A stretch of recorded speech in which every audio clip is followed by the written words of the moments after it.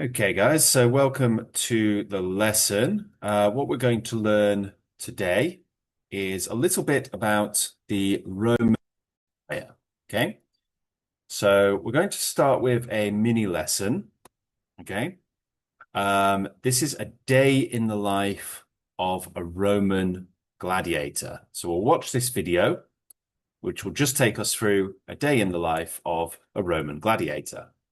So just pay attention.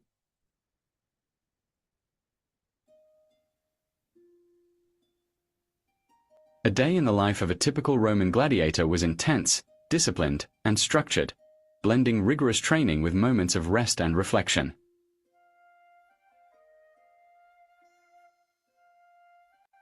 The day often began at dawn. Gladiators woke in their quarters within or near the training school, known as the ludus. They started with personal hygiene, washing and dressing in their training gear or minimal clothing suited for combat. A quick, hearty breakfast was consumed, often bread, porridge, or fruit, to fuel the demanding day ahead. The core of the day was dedicated to rigorous training.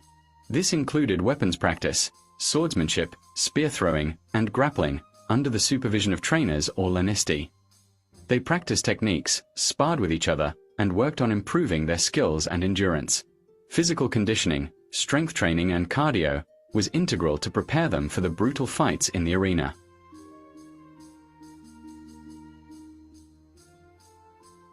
After several hours of intense training, gladiators took a break. They might consume a meal prepared by the ludus staff, often consisting of high-protein foods like beans, lentils, bread, and sometimes meat or fish when available. Rest was crucial to recover physically and mentally.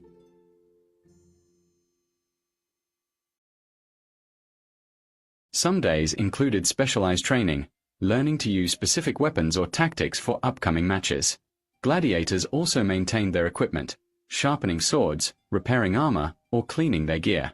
They might have received lessons or guidance from their trainers.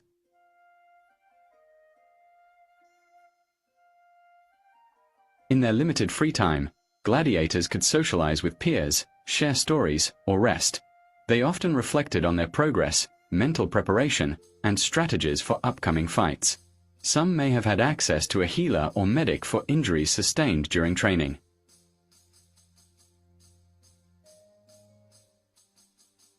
Gladiators slept in their quarters, resting up for the next day. Their sleep was vital, as their bodies and minds needed to recover from the physically demanding routine.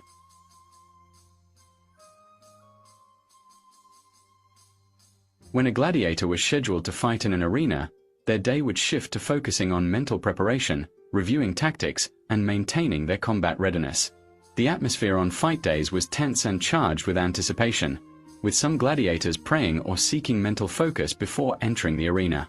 This routine highlights the combination of discipline, physical exertion, and limited leisure that characterized the life of a Roman gladiator, a life dedicated to combat, survival, and the pursuit of fame or freedom.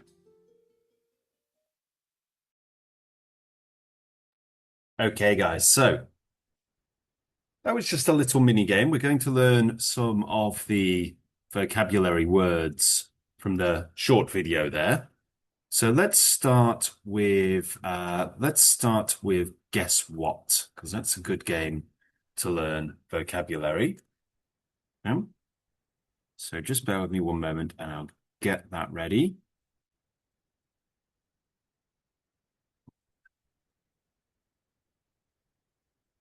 Okay. So with this game, with each round, you'll be shown a clue, and you can pick the word that best matches the clue. If the answer is not clear, click on an icon to reveal another clue. And at the end of each round, bonuses are earned based on how few clues and items you've used, how many answers you gave which were correct, and how quickly you completed the round.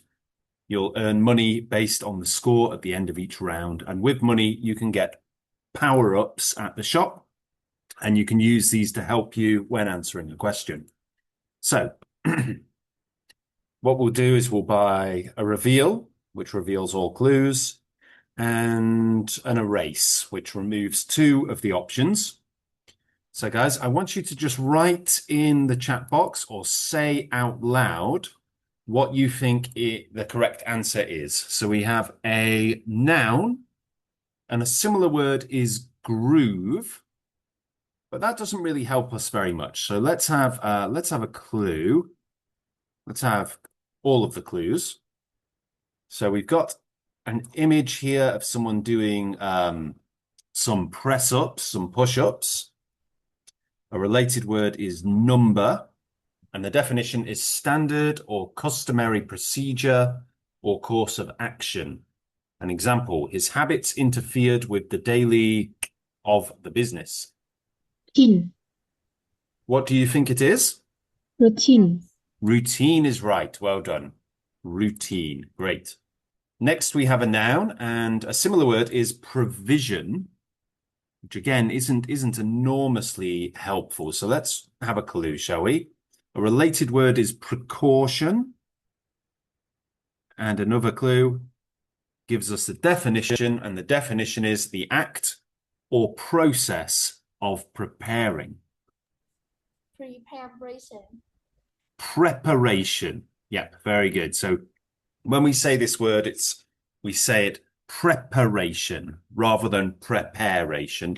Preparation. Fantastic. All right, good job, guys. Let's try the next one. So now we have an adjective, and a similar word is hard. Hard meaning difficult. Any idea what the word could be? Endurance. It could be endurance, because endurance is related to the word hard. But I think we should have a few more clues first. Okay, so we've got the definition here, showing strictness or sternness. Let's have another clue. We've got somebody exercising here. Endurance. It could be, like I say, but let's look at this. So right here we have an antonym. This is the opposite word. And the opposite of this is lax. So if something is not lax, as in lax meaning easy, relaxed, gentle, then the opposite word is rigorous. Rigorous. Yes, rigorous. So it's related. It's quite similar. You might see rigorous used in the same sentence as the word endurance quite often, but it's talking about something being strict or something being very difficult to do, something very intense. The soldiers were kept to a rigorous military regimen. Okay, next up we have a noun. The definition is anything designed or provided for a particular use. So we're talking about something that is made to be used specifically for one purpose. Anticipation. No. Anticipation is not what we're talking about. Anticipation is when we're thinking about something that will happen in the future. So it's a very different thing. Go on. Equipment. Equipment. Equipment, yeah. Equipment is anything that we need for a specific purpose. So we can see here we have a football, which is used for playing football, an American football or a rugby ball. Again, then we have a catcher's mitt, which is used for playing baseball or catch.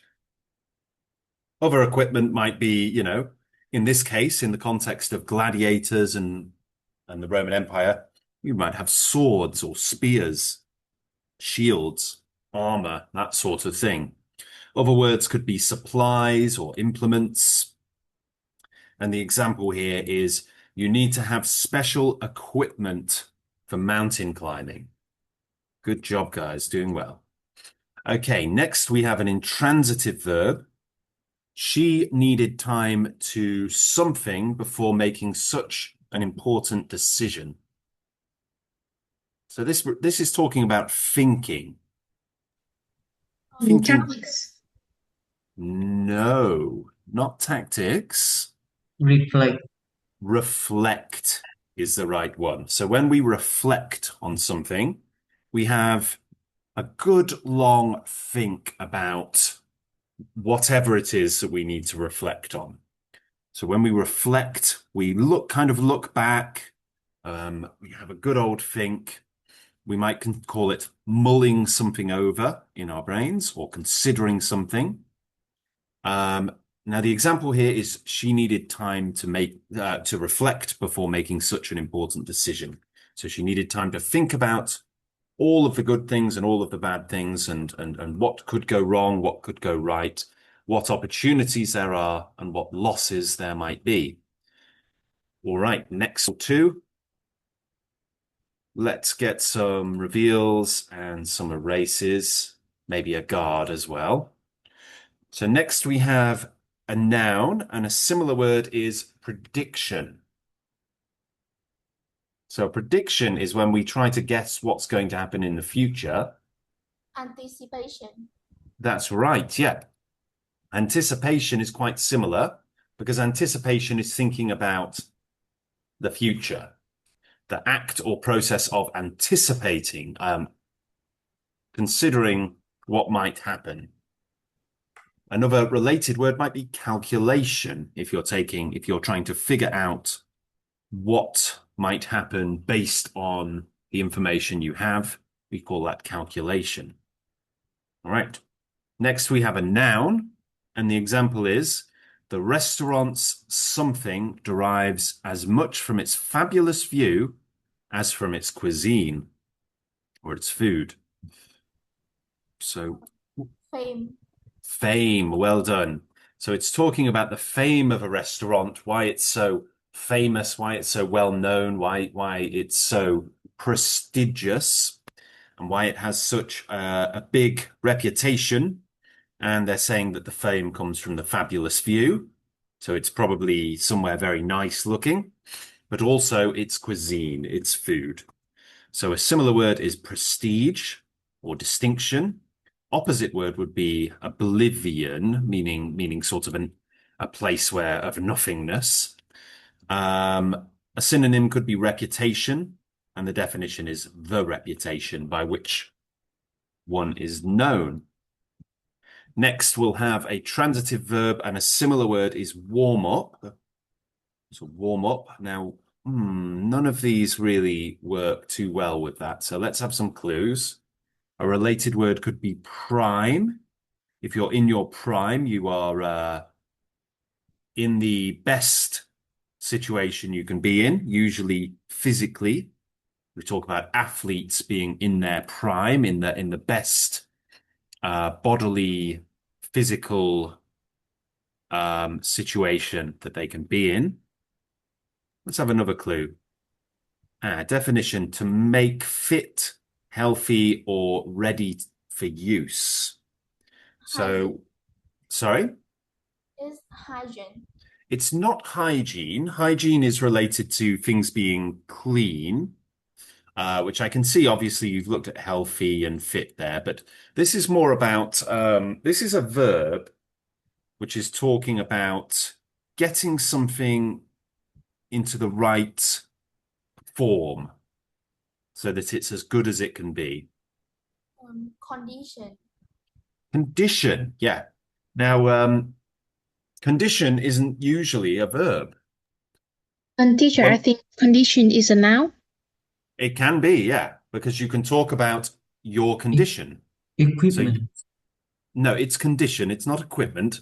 But yes, it can be a noun. And I'm going to explain why, in this case, we're using it as a verb. So condition can be a noun. So you could say, I have a skin condition, or you could ask about somebody's condition, what is the condition of the car? It is broken, so yes, you can use it in that way. But in this case, it is actually a verb. To condition something is to get something ready, to get it fit, healthy, or ready. Okay.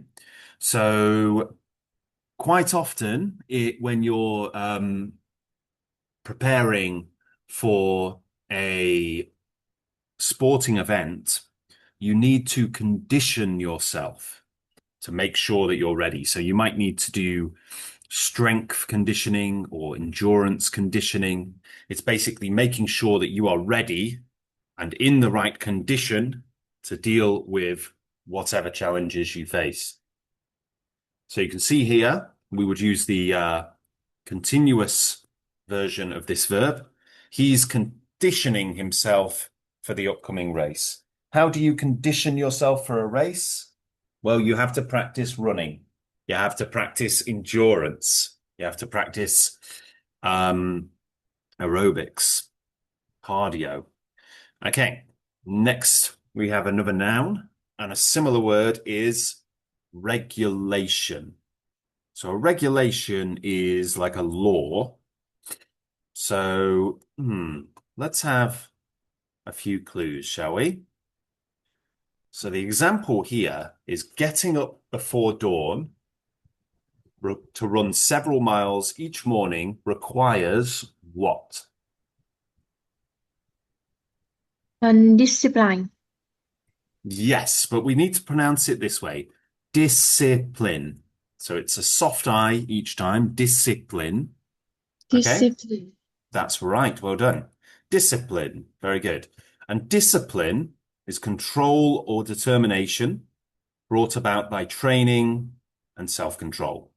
So, I don't know if you're familiar with the term disciple, but a disciple is a follower. Someone who follows something or someone is a disciple. So discipline is learning to follow, learning to get things done. So to control and regulate yourself. Okay, now we have a transitive verb and an intransitive verb. And a related word is intensify. So to intensify something is to make it stronger, more effective, more intense. What word could that be, do you think? Sharpen. Sharpen is right, yeah. Because when we sharpen a knife, we make that knife more intense. We make it more effective. We make it better at cutting. So the definition here is to make or become sharp or sharper. And another word is wet. Wet. To wet something is to sharpen a blade. So when you sharpen a sword, you use what's called a whetstone. Now that's not wet like W-E-T, as in, wet from water. It's wet with an H, meaning to sharpen something. And the opposite word is dull. When a knife is dull, or when a sword is dull, it doesn't cut very well. Okay. Fantastic job, guys. Let's buy some more powers with the money we've earned. Next, we have a noun. And the definition, the science concerned with promoting health and preventing illness. So what can we do to not get sick?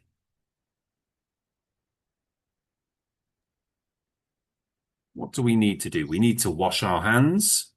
Hygiene. Sorry? Hygiene. Hygiene. Can you say that? Hygiene. Hygiene. Very good. So hygiene is anything related to keeping ourselves healthy and preventing illness. So why do we wash our hands regularly? It's to stop the spread of germs. When we sneeze, we cover our mouths to stop the spread of germs. If we're sick, we can wear a mask to stop the spread of germs. This is all related to hygiene. Okay. It's also things like cooking things properly, and ensuring that things are done safely from a point of view of health.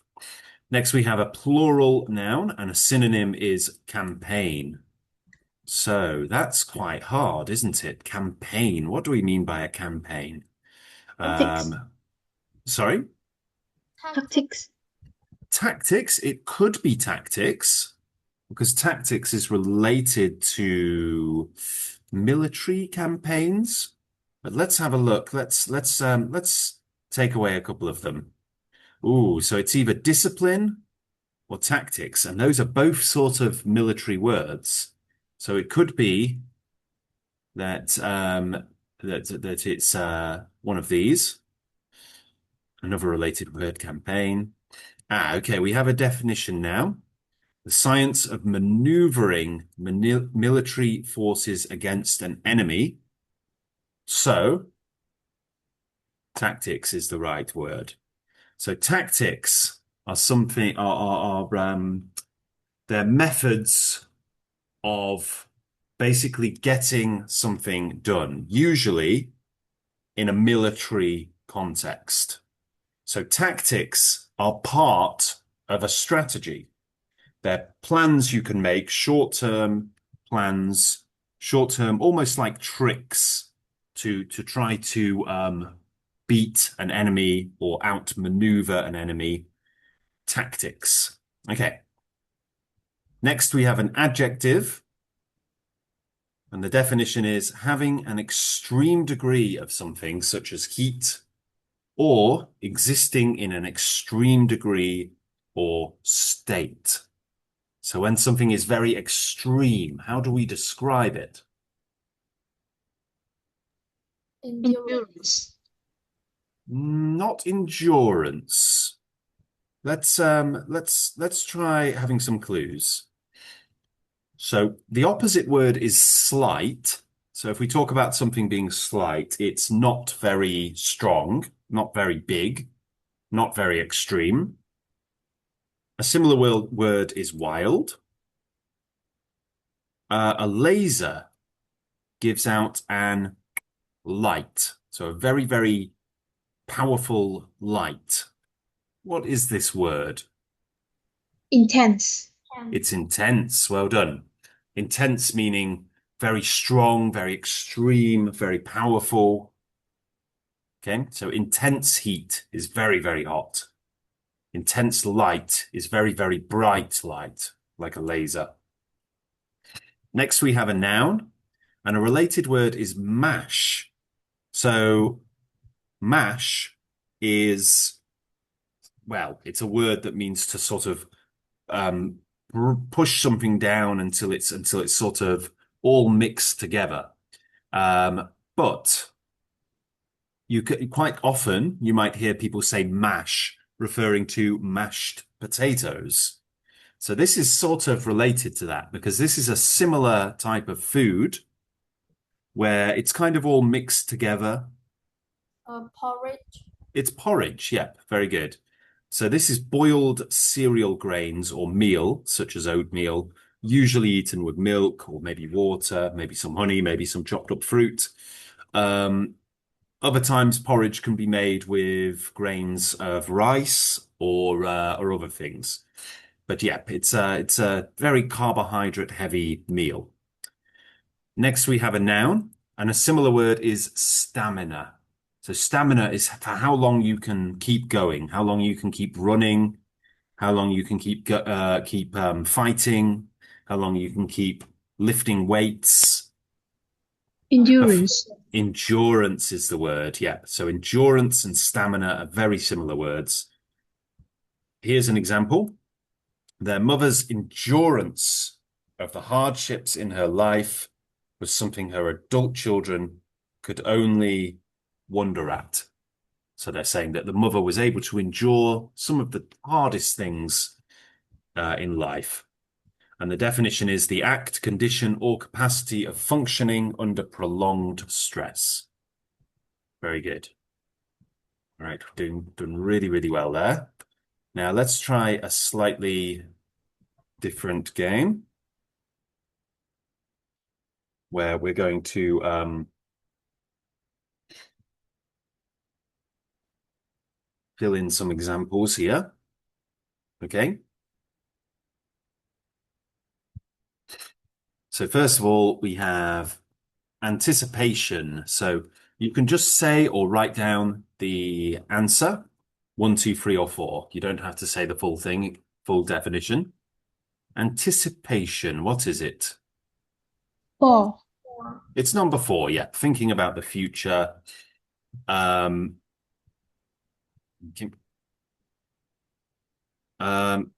So One. another definition of anticipation, yep, is expectation or hope. So we think about the future. Very good.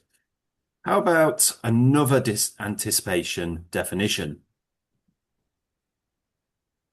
One. Yes, well done.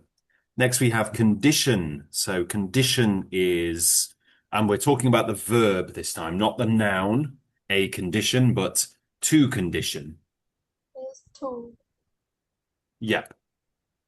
No, actually, sorry, it's not number two. Um, Number three. Number three is right. Yep. To make something fit, healthy, or ready for use. Very good. Discipline.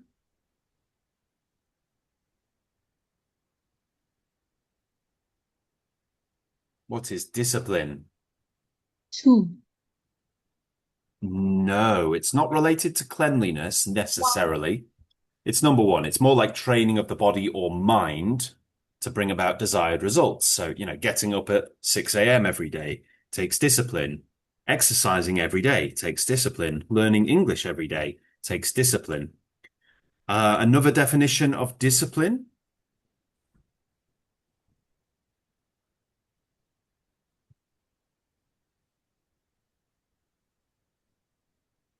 Another Two. Number two, yep, control or determination brought about by training, self-control. Another definition of discipline.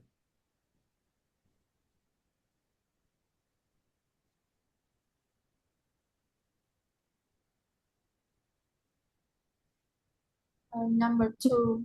Number two, because you can discipline somebody else. And when we discipline someone else, we are training or causing them to act in accordance with rules or guiding principles.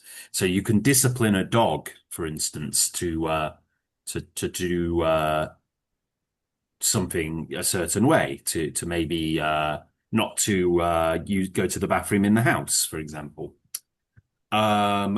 What about another definition of discipline? Number two. Number two, to exercise control over oneself.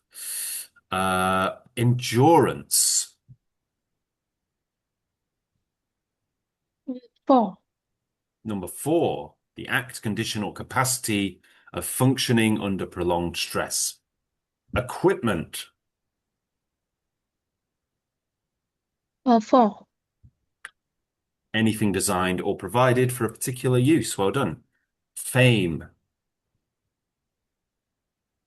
Number one.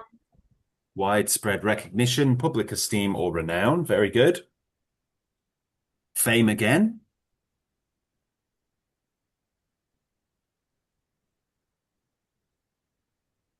Two. It's two, the reputation by which one is known. Hygiene.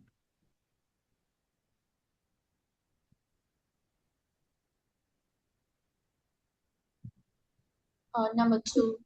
Number two, the science concerned with promoting health and preventing illness. Very good. Hygiene again.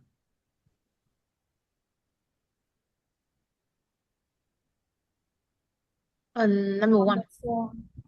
It's number four. Yeah. Practices and conditions such as cleanliness that tend to promote health and prevent illness. Intense.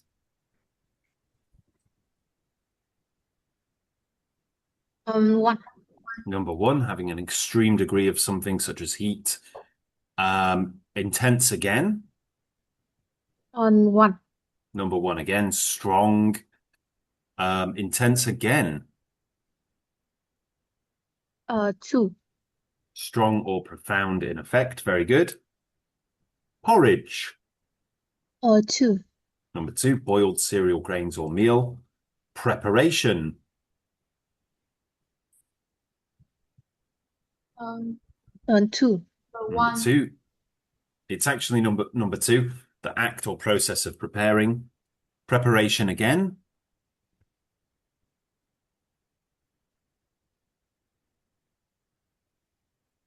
Number two. Number three, state of readiness. Number one. No, we wouldn't use it with a plural verb. So we know we don't say preparations very often, not for the verb form, only for the noun form. Like preparations were made, but that would be noun form. So it's a state of readiness, is preparation, in a state of preparation.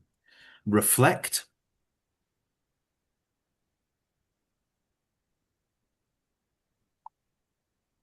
To reflect. Number 3. Number 3, and we would normally say to reflect on. Very good. Rigorous.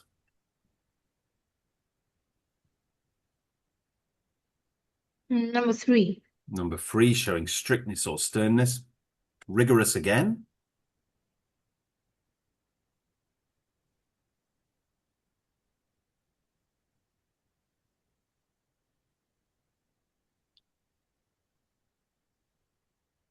Any idea? Number 3. Actually, no, it would be number 1. So thoroughly accurate or precise. So sometimes when we describe something as being rigorous, we're talking about going to a lot of effort to make sure it's accurate and right. So you could say they, if you wanted to use the adverb rigorously, you could say they rigorously checked all of their sources for their thesis. Routine.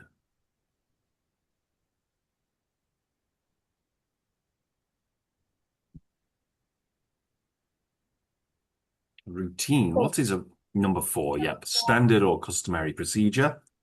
Routine again.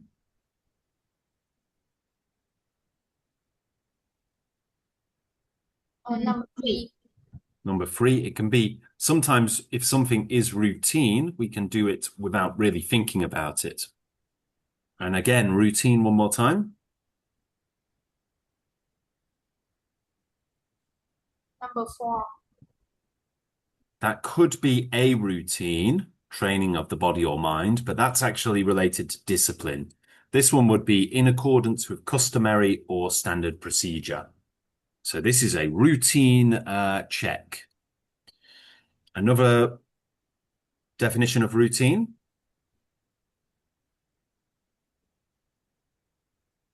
Number 2. Number 2, in the nature of routine, unvarying or ordinary or requiring little thought. Sharpen. Number 2. Number 2, to make or become sharp or sharper. Tactics. Number 4. Yep. The science of maneuvering military forces against an enemy. And tactics one more time.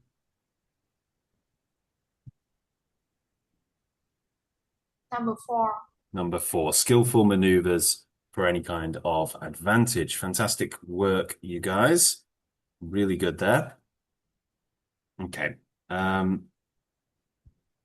to do just one more now, where we use them just to check that we've got them down to the point where we understand how they're used. So we've got a sentence here, workers who dislike something. What could that be? There's 2 words that could fit in.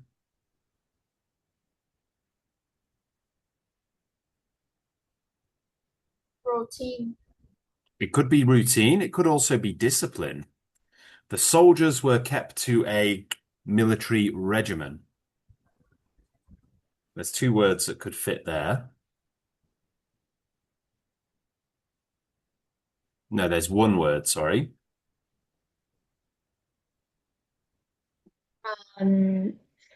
Rigorous. Rigorous. Yep, very good. You could say intense if it was an intense, but it's not. So it's a rigorous military regimen. The army uses various methods of something to prepare soldiers for fighting. Discipline. Discipline, yep. It could also, yeah, it's almost certainly discipline. It could be, well, it couldn't really be routine. No, not really. A laser gives out an light. Intense. Intense light, very good. Some actors enjoy something if they achieve it. Fame. Fame. Fame, very good. The equipment must meet specifications. Remember, this word could mean exact, accurate, precise. Sorry, Reflected. not reflected, Rigorous. rigorous. Very good. He on the problem for quite some time.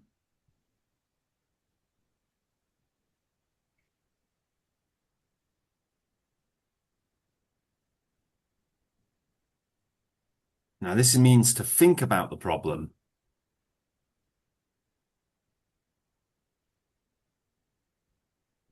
What could it be? Reflected. Reflected on the problem for quite some time. Great. She's trying to herself to avoid snack foods. Discipline. Discipline herself. So we're using it as a verb there. Something precautions against fire. Equipment. Not equipment. Precautions are things that we do or we have in place to prevent something from happening. So in this case, fire. It's a description of those things. So it's a description of a noun. So we need an adjective. Rigorous. It could be rigorous. It could also be routine. Rigorous. I think we'll go with rigorous. It could be either, to be honest. It could be routine precautions against fire, as in doing fire drills regularly. That would be a routine precaution. Or it could be rigorous precautions against fire, meaning that you've gone to great efforts to put precautions in place to prevent a fire from happening. He keeps his golf clubs and other sports something in this closet. Tin. Equipment. Equipment. Yep, equipment. Great job, guys. Doing really well. Getting up before dawn to run several miles each morning requires what? Routine. One more time. Endurance. It does require endurance. That could work, but I don't think this is the right word right now. I think it's discipline. Routine. Discipline. We need discipline to get up. And actually running those miles requires endurance as well. Good coaching and practice helped to something the team. Tense. Not intense. Discipline. Discipline the team. So you see here, discipline here is used as a noun. It requires discipline. And here it's used as a verb. Helped to discipline the team. The fallen soldiers suffered something pain.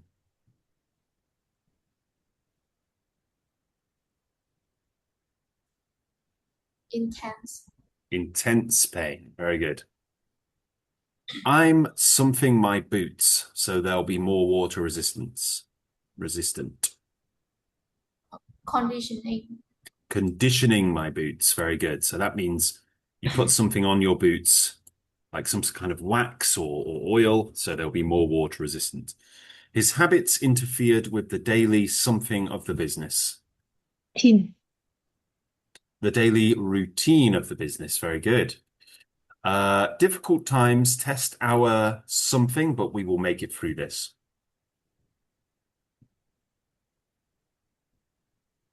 Endurance. Endurance. Very good. The restaurant's something derives as much from its fabulous view as from its cuisine. Fame. Fame. Very good. He has to himself to work more effectively. Discipline. Discipline, and we're using it as a verb there again. Their mother's something of the hardships in her life was something her adult children could only wonder at. Discipline. Not discipline. So she's made it through the hardships, the difficult times in her life. Endurance. Endurance. Very good. Great physical something is needed to run a marathon. Endurance. It could be endurance, yep. It could also be conditioning. It could be either, to be fair. It could also be discipline, maybe. Great discipline rather than great physical discipline. Great physical conditioning, great physical endurance. It could be either one. She doesn't seek something. She would prefer to do her good deeds anonymously. So that means nobody knows her name. So what is it she doesn't want? What is it she doesn't seek? Fame. Fame. She doesn't seek fame. Very good. The nightclub gained its as a hot spot when certain rock stars began to frequent it.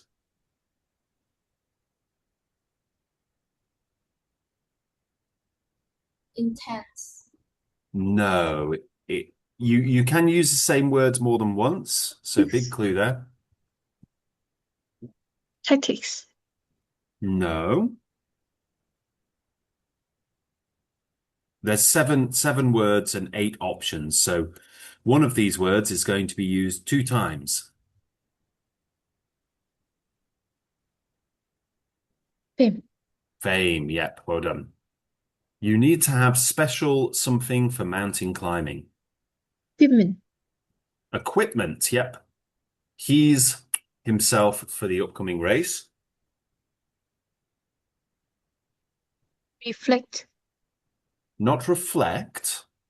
So we want a conditioning is right, yeah. We wanted a continuous verb. Their faces showed an hatred.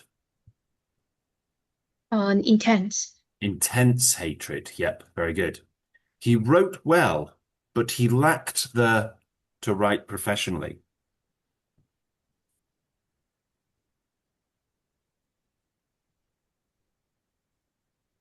Fame. Not the fame to write professionally. What they're saying is he didn't have, sorry, Tactics. not the tactics. He couldn't write professionally because he couldn't just sit down and write every day. Conditioning. Not conditioning, Discipline. discipline. Yep. Needed the discipline to sit down and do it every day. She needed time before making such an important decision. Tactics. No, Intense. no. Reflect. Reflect. Yep. So you need to think, reflect, ponder, consider before making such an important decision. And then finally, his for getting a raise were good. Conditioning. Nope. Tactics. Tactics. Yeah. So he has some ideas, plans. His tactics for getting a raise were good. Great, great work there, guys. Now, there's many other games you can do, of course, right here. So if you want to learn that vocabulary a bit more strongly or in a different way, there's lots of things you can do like crosswords, spelling games, and matching activities, and so on. But right now, I think we've done 3 games, which I think should have us well versed in what these words mean. So let's go through the questions and see what we can remember. So where did gladiators typically wake up in the morning? Was it in their quarters within or near the training school called the Ludus? In their quarters within or near the training school called the Colosseum? Or on a straw bed outside under a small canopy? I think it's A. It is A. Yep, it's in their quarters within or near the training school, and the training school is called the Ludus. Very good. And you can get a further explanation of that using AI if you wish. So let's push forward. What type of food did gladiators commonly eat for breakfast? Was it avocado on toast, Cheerios, Cocoa Puffs, or Shreddies, bread, porridge, or fruit, or lean meat, tomatoes, and milk?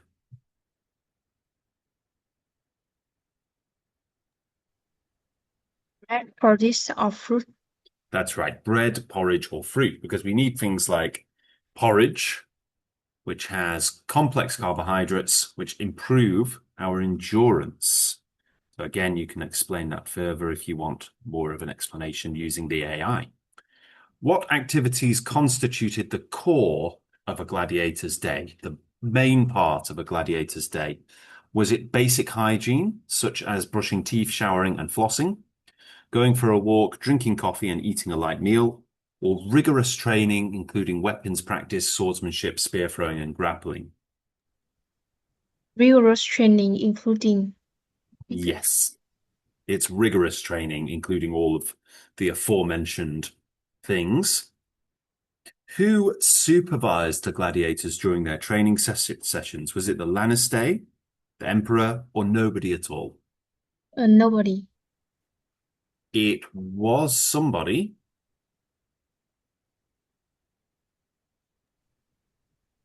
Leicester. Yes, they were called the Lannister. Yep, very good. What kinds of foods were commonly included in a gladiator's meal after training? Low protein foods like corn, tomatoes, bread, and sometimes cheese or snacks when available. High protein foods like beans, lentils, bread, and sometimes meat or fish when available. Or high calcium foods like milk, cheese, and sometimes grains or cream when available. Grain protein foods. It was high protein foods, very good, like beans and lentils or meat and fish if it was available. Besides physical training, what additional skills might gladiators learn on certain days? Was it climbing, swimming, and guerrilla tactics? Learning to use specific weapons or tactics for upcoming matches? Reading, writing, and drawing? Learning to use specific weapons. Yes. So it was learning to use specific weapons like spears, nets, tridents, or tactics for upcoming matches, so ways to defeat your enemy.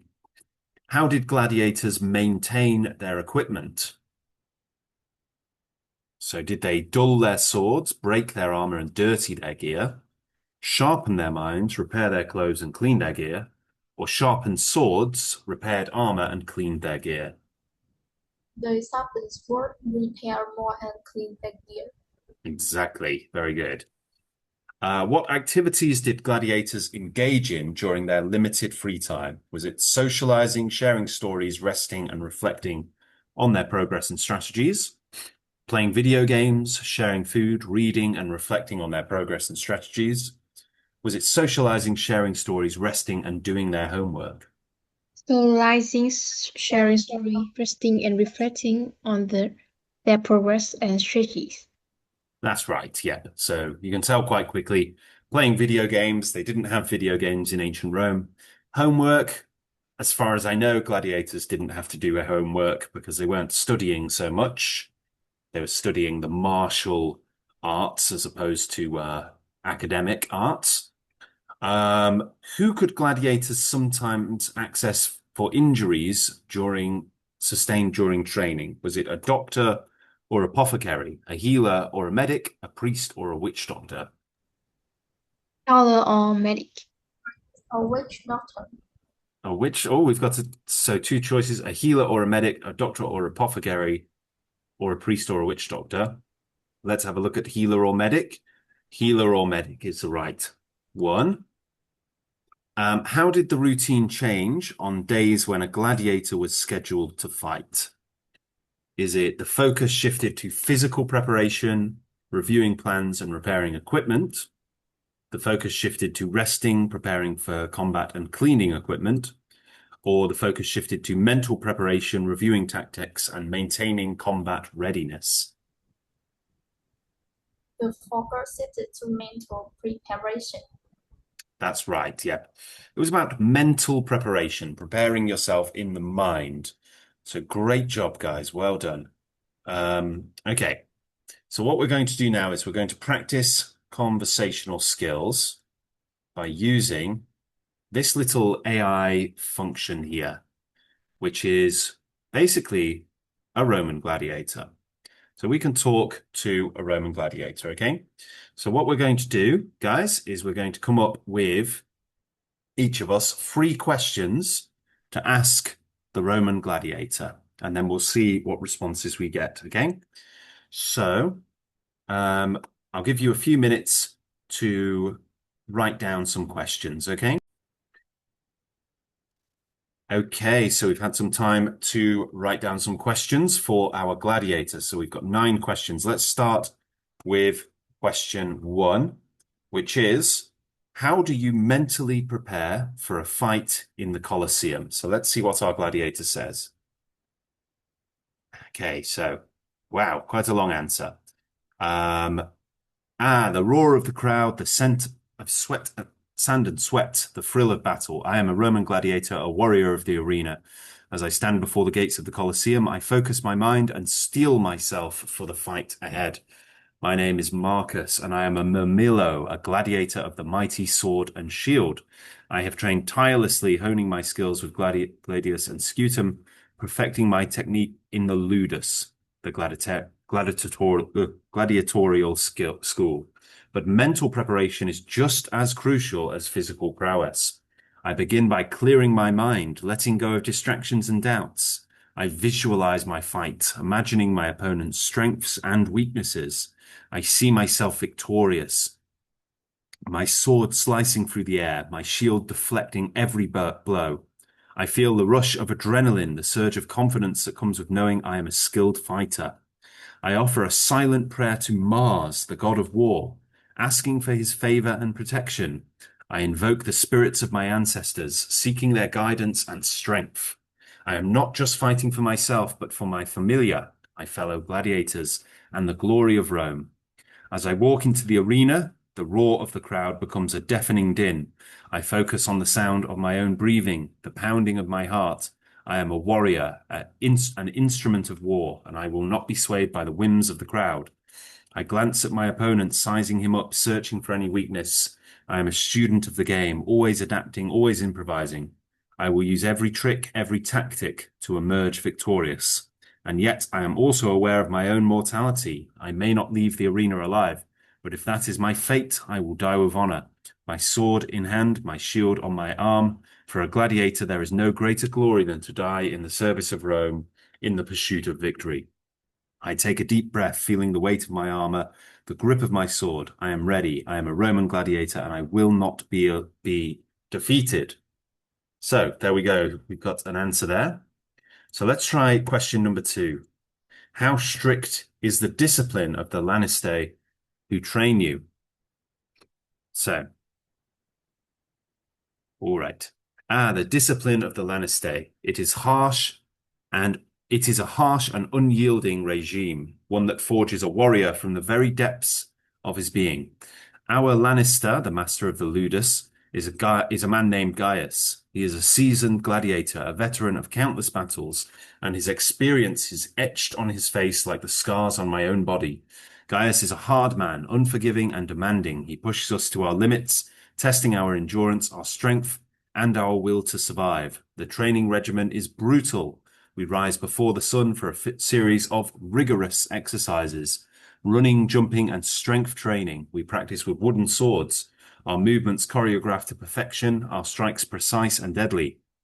The Lannister watches our every move, correcting our technique, punishing our mistakes. A mistake in the arena can be fatal, and Gaius drills this into us every day. He is merciless but fair. He knows that a gladiator's life is short and that our time in the arena is fleeting. He pushes us to be better, to be faster, to be stronger for our own survival. The discipline is strict, with rules that govern every aspect of our lives. We are forbidden from leaving the ludus without permission, and any transgression is punished severely.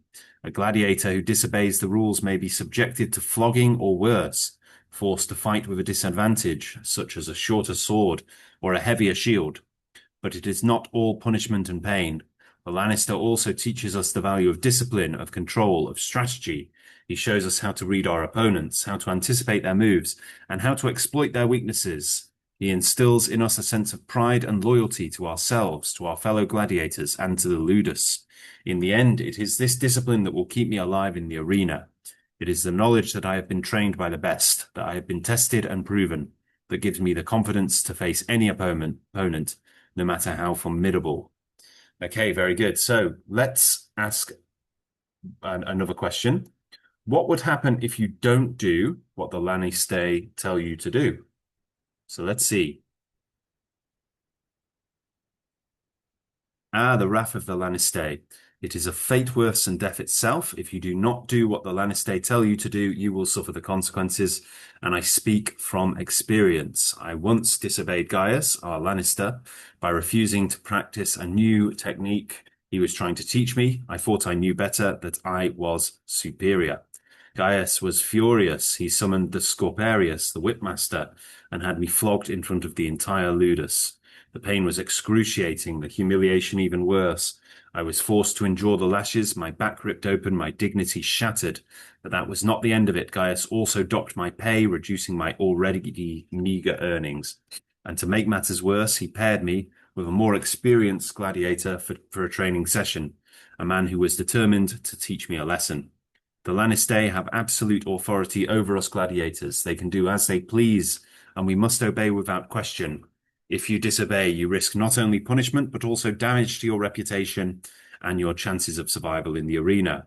In extreme cases, a gladiator who disobeys the Lannister may be forced to fight in a munus, a special exhibition match where the odds are stacked against him. This can be a fight to the death, with the gladiator facing a more skilled or better armed opponent. And then, of course, there is the ultimate punishment, sale to a Lannister known for his cruelty and ruthlessness. A gladiator who disobeys may be sold to a ludus where the conditions are brutal, the training is merciless, and the chances of survival are slim. So I do what the Lannister tell me to do. I obey without question, and I pray that I will emerge victorious in the arena, and that one day I will earn my freedom. For a gladiator, there is no other way to survive. Wow, okay. Let's try this question. How do you maintain your equipment?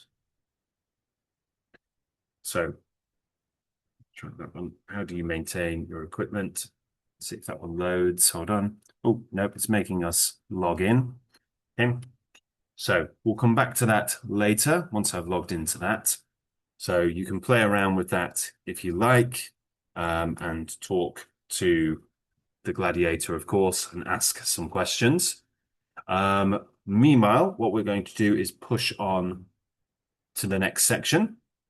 It's very useful, that AI there, just to sort of discuss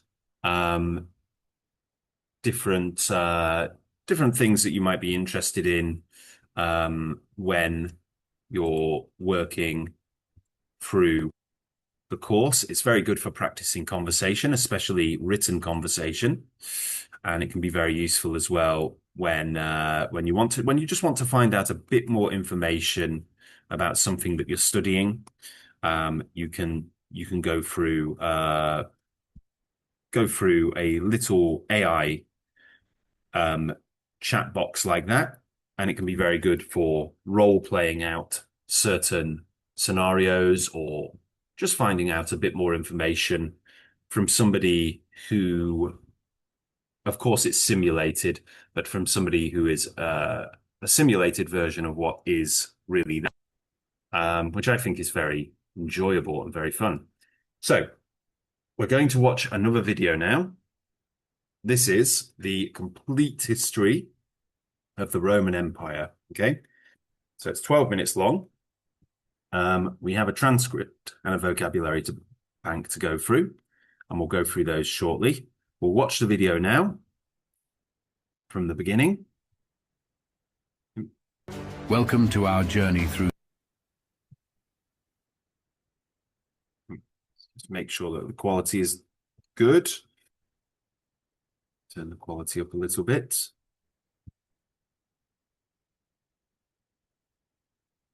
Okay. Welcome to our journey through the fascinating history of the Roman Empire, a civilization that shaped the course of Western history for centuries. In this video, we will delve into the rise, peak, and eventual fall of one of the most powerful empires the world has ever seen. The Roman Empire, established in 27 BC and lasting for over 500 years, left an indelible mark on the world through its advancements in governance, engineering, art, and culture. Understanding the history of the Roman Empire is crucial in comprehending the foundations of modern society and governance systems. Today, as we navigate a complex global landscape, the lessons from Roman history remain relevant. By exploring the triumphs and challenges faced by the Romans, we can gain insights into issues of power, leadership, and societal dynamics that continue to shape our world. Throughout this video, we will uncover the stories of legendary figures such as Julius Caesar, Augustus, and Cleopatra, as well as pivotal events like the Punic Wars, the rise of Christianity, and the eventual fall of the empire.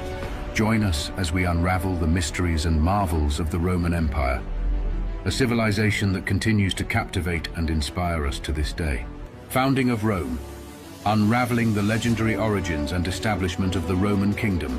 The founding of Rome is steeped in myth and legend, with one of the most famous tales being that of Romulus and Remus, twin brothers raised by a she-wolf who went on to establish the city of Rome. This mythical origin story symbolizes the blending of indigenous Latin and Sabine cultures that laid the foundation for the Roman civilization. From its humble beginnings as a small settlement on the banks of the Tiber River, Rome grew into a powerful kingdom under the rule of legendary kings such as Romulus, Numa Pompilius, and Tarquin the Proud. However, the monarchy eventually gave way to a more democratic form of governance with the establishment of the Roman Republic in 509 BC. The transition to a republic marked a significant shift in Roman politics, with power being shared among elected officials known as consuls, senators, and tribunes. This period saw the rise of influential figures like Julius Caesar, a brilliant military strategist and politician who played a pivotal role in the downfall of the Republic, and Augustus, who became the first emperor of Rome and ushered in a new era of imperial rule. Roman Republic, unveiling the political structure, expansion, and conflicts of an era. During the Roman Republic era, the political landscape was defined by a complex system of governance that balanced power between various institutions. At the heart of this system was the Roman Senate, a council of elders who advised on matters of state and played a crucial role in shaping Roman policy. The two annually elected consuls served as the highest-ranking officials in the Republic, wielding executive authority and leading the Roman legions in times of war. One of the most defining periods of the Roman Republic was the series of conflicts known as the Punic Wars, fought against the powerful city-state of Carthage. These wars, spanning over a century, resulted in Rome's territorial expansion across the Mediterranean and solidified its status as a dominant force in the ancient world. Amidst these tumultuous times, military leaders like Scipio Africanus and Marius emerged as key figures in Roman history. Scipio Africanus, known for his strategic brilliance and victory over Carthage in the Second Punic War, expanded Rome's influence in Spain and Africa. Marius, a populist general, reformed the Roman army and played a significant role in the social war and the conflict between Marius and Sulla. Julio-Claudian dynasty, unveiling the reigns of emperors from Augustus to Nero. The Julio-Claudian dynasty marked a pivotal period in Roman history, characterized by a succession of emperors who left a lasting impact on the empire. Augustus, the first emperor of Rome, ushered in an era of relative peace and stability known as the Pax Romana. His reign saw significant architectural projects, such as the rebuilding of Rome, and cultural developments that laid the foundation for the flourishing of Roman art and literature. Tiberius succeeded Augustus and faced challenges in maintaining the empire's prosperity. His rule was marked by political intrigues and power struggles within the imperial family, leading to a climate of suspicion and fear. Caligula, infamous for his erratic behavior and cruelty, further destabilized the empire with his tyrannical rule and extravagant projects. Claudius, often underestimated for his physical disabilities, proved to be a capable emperor, overseeing the conquest of Britain and implementing important legal reforms. Nero, the last emperor of the Julio-Claudian dynasty, is remembered for his extravagance, persecution of Christians, and the Great Fire of Rome, Pax Romana, embracing peace and prosperity in the Roman Empire. The Pax Romana, or Roman peace, was a period of relative tranquility and stability that spanned approximately 2 centuries during the height of the Roman Empire. This era characterized by minimal internal strife and limited external conflicts, allowed for economic prosperity and cultural flourishing to thrive across the vast expanse of the empire. Under the Pax Romana, the Roman Empire experienced a period of unprecedented economic growth, facilitated by extensive trade networks, efficient infrastructure, and a common currency system. This prosperity led to the development of vibrant urban centers, flourishing markets, and a thriving artistic and intellectual culture that left a lasting impact on Western civilization. Emperors such as Trajan and Hadrian played significant roles in shaping the empire during this period. Trajan's military conquests expanded the empire to its greatest territorial extent, while Hadrian focused on consolidating these gains through infrastructure projects, like the construction of the famous Hadrian's Wall in Britain. The Pax Romana also witnessed advancements in law and governance, with the implementation of standardized legal codes, improved administrative systems, and the establishment of public works projects that enhanced the quality of life for Roman citizens. The crisis of the 3rd century marked a tumultuous period in Roman history, characterized by political instability, economic turmoil, and relentless invasions that threatened the very fabric of the empire. Succession crises plagued the empire as emperors rose and fell in rapid succession, often through military coups and assassinations, leading to a lack of stability and effective governance. External threats posed significant challenges to the Roman Empire during this time, with invasions by barbarian tribes such as the Goths and conflicts with the powerful Sassanid Empire in the east. These incursions strained the empire's resources and military capabilities, further exacerbating its vulnerabilities. In response to these crises, several reforms were attempted to address the empire's weaknesses. Emperors sought to stabilize the economy through currency reforms and price controls, while military reforms aimed to strengthen the Roman legions and fortify the empire's borders against external threats. Division of the empire, unveiling the split between the Western and Eastern Roman empires. The division of the Roman Empire into the Western Roman Empire and the Eastern Roman Empire, also known as the Byzantine Empire, marked a significant turning point in Roman history. The administrative and cultural differences between the two halves of the empire became increasingly pronounced as they evolved along separate paths. The split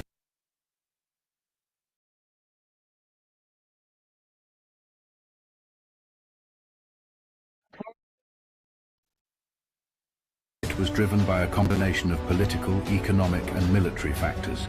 The Western Roman Empire faced challenges such as internal strife, invasions by barbarian tribes, and economic decline, leading to its eventual collapse in 476 AD.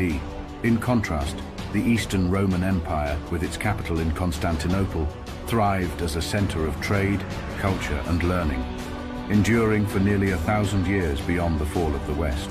Key emperors and events played pivotal roles in shaping the division of the empire. Emperors like Diocletian and Constantine the Great implemented administrative reforms that laid the groundwork for the division, while the Council of Chalcedon in 451 AD further solidified the theological and cultural differences between the Western and Eastern churches. Fall of the Western Roman Empire, unraveling the factors behind the empire's collapse. The fall of the Western Roman Empire was a culmination of various factors that contributed to its decline and eventual collapse. Invasions by barbarian tribes, economic decline, internal strife, political corruption, and administrative inefficiency all played significant roles in the empire's downfall. One of the most iconic events that symbolized the weakening of the Western Roman Empire was the sack of Rome by the Visigoths in 410 AD. This devastating event, along with subsequent invasions by Vandals, Ostrogoths, and other tribes, further destabilized the empire and eroded its power and influence. Political corruption and administrative inefficiency plagued the empire, leading to a breakdown in governance and a loss of public trust in the ruling authorities. The inability to effectively manage internal affairs and external threats exacerbated the empire's vulnerabilities and hastened its decline. Despite its collapse, the Western Roman Empire left a lasting legacy on European history. Its legal system, language, architecture, and cultural traditions continued to influence the development of Western civilization for centuries to come, shaping the foundations of modern Europe. Byzantine Empire, embracing the legacy of the Eastern Roman Empire. The Byzantine Empire, the continuation of the Eastern Roman Empire, emerged as a distinct and enduring civilization that preserved and transformed many aspects of Roman traditions and culture. Despite the division of the empire, the Byzantines maintained a strong connection to their Roman roots, embracing classical art, literature, and legal systems while incorporating Greek influences into their society. Emperors like Justinian and his formidable wife Theodora left a lasting impact on the Byzantine Empire.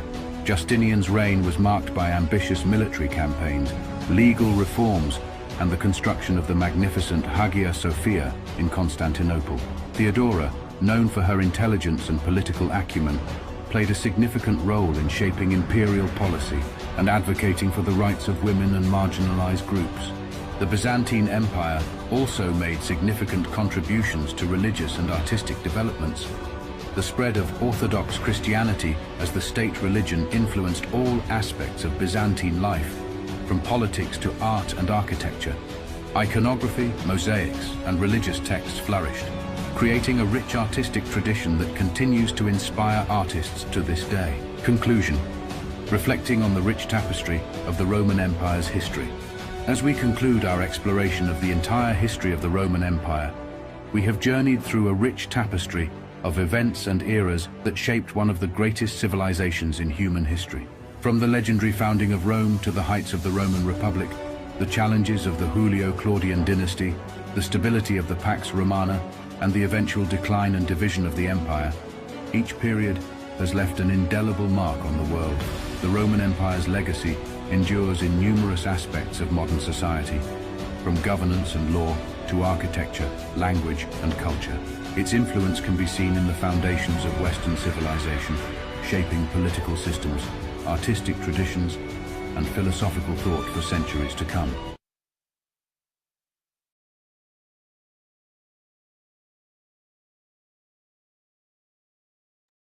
Okay, so guys, we've got a transcript to read through now, which is the entire history of the Roman Empire.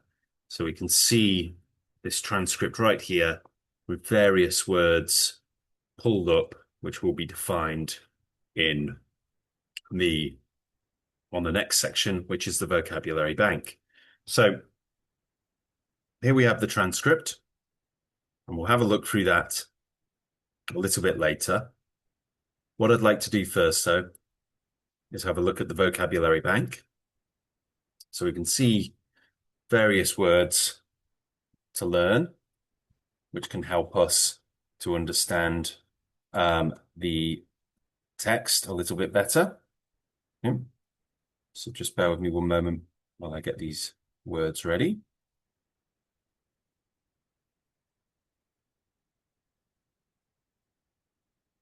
Okay.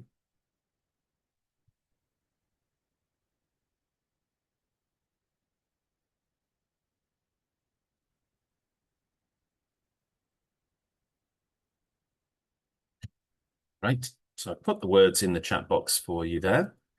Let's go through some games now. So let's start with a simple game of tic-tac-toe. Okay.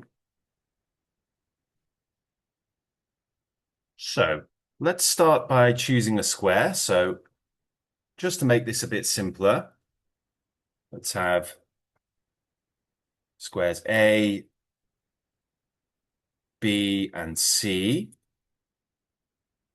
And then we'll have squares 1, 2, and 3. So let's bring that one up a little bit. Okay, so let's start by choosing a square. Can someone choose a square for me? Like A1 or B2 or C3 or any of the squares? I choose A1. Great choice, A1. Okay, so this is, and we've got to be quick, the act, process, manner, or power of exercising authority and control, government. What could the word be? Quickly. Come on, guys. Oh, too late. Okay, we didn't get that one. Let's try another word. Sorry, another square. So which square should we choose? B2. B2, okay. Anything that is passed down or received from ancestors or from people who have come before. Legacy. Legacy is the word. Well done. Okay, so we got that square. Let's choose another one. B1. B1, okay. A story, theme, or personage that may or may not be factual, preserved in oral or written form as an embodiment of a people's ideals and accepted truths. So this is Right. it's a myth. Yeah, a myth. A Myth. story that may or may not be true, usually related to the folklore or culture of a country. Very good. Choose another square, guys. B3.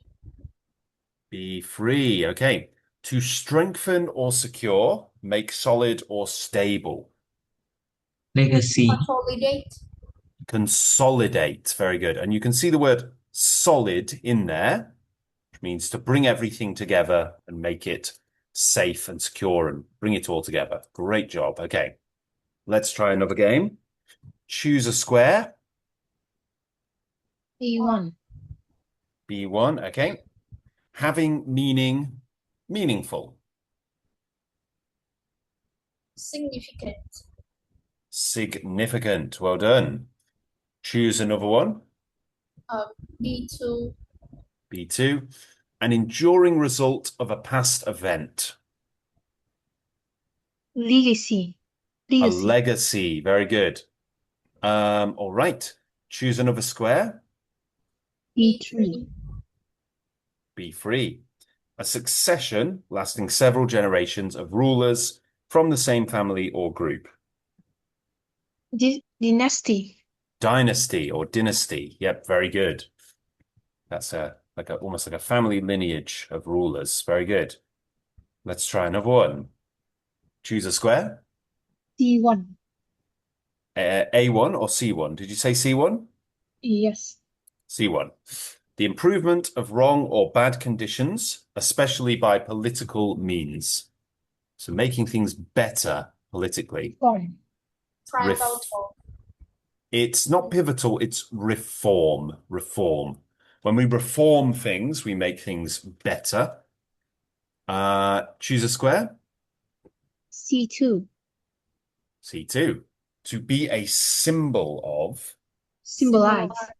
To symbolize, to show something in a symbolic way. Next one.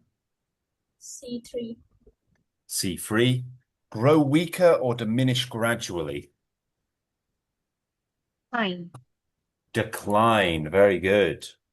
Yep, well done. Good job, guys. Okay, choose another square. B1. C1, okay. Critically important or crucial on which something is contingent. So it's pivotal, soft eye there. Pivotal. Yep, very good. Choose another square. C2.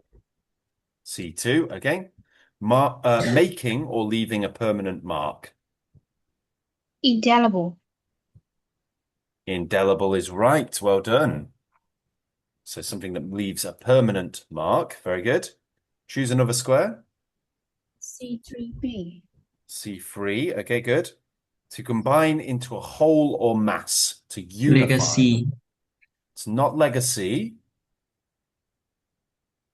Consolidate. Consolidate. Yep. To make one thing solid. Yep. Very good, guys. Good job. All right. Let's try another one. Choose a square.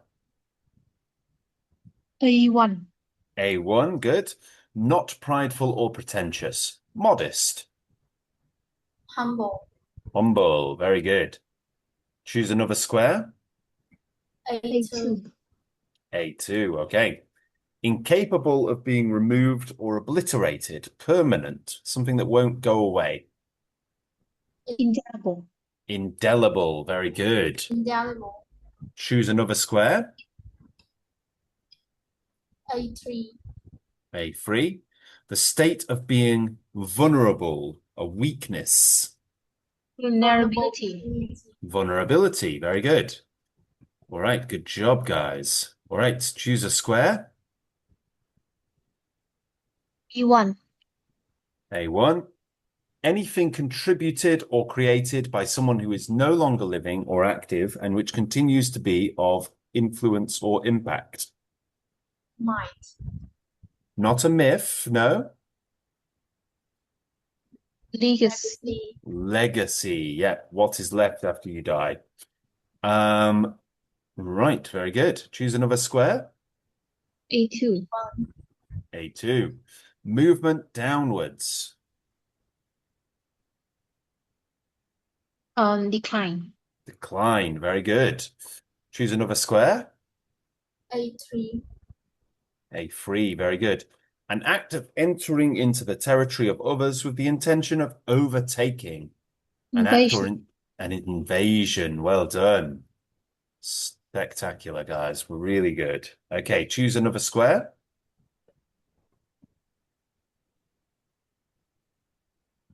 C1. C1. Good. A story or body of stories based on tradition or legend originating in the oral history of a pre-literate society and incorporating its beliefs about the Myth. origins of the world. It's a myth. Yep, very good. Choose another square. B1. B1, okay. To become unified or strengthened. Dynasty. Consolidate. Very good. Consolidate. Choose another square. A1. A1, okay. Having consequence or import. Important. Significant. Significant. Very good. Doing really well, guys. Great job. Okay, fantastic. See that? We did really, really well there. Okay, let's try a different game. Okay. Let's try a crossword this time. And we'll take away those annotations on the board. Okay. So, first of all, we have one across, and this is movement downward. What could that be? Decline. Decline. Great. Let's try two down. Making or leaving a permanent mark.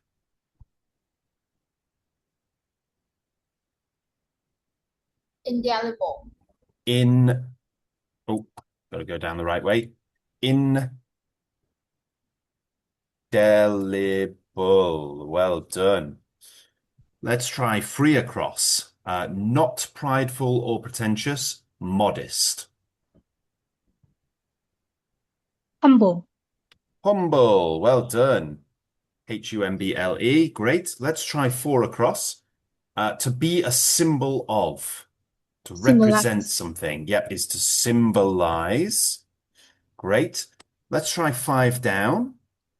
An act of entering into the territory of others with the intention of overtaking. Invasion. Invasion. Very good. Eight across. Let's try eight across. To become unified or strengthened.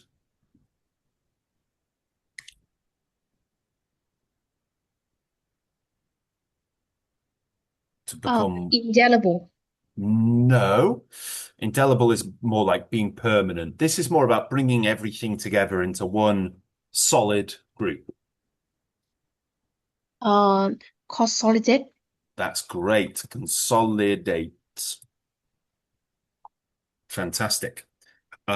Six across. Let's try it. Incapable of being removed or obliterated. Permanent.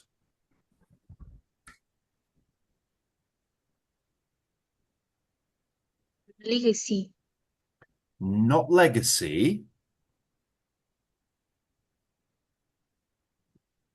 It's one we've already had in this crossword. Invasion. Not invasion.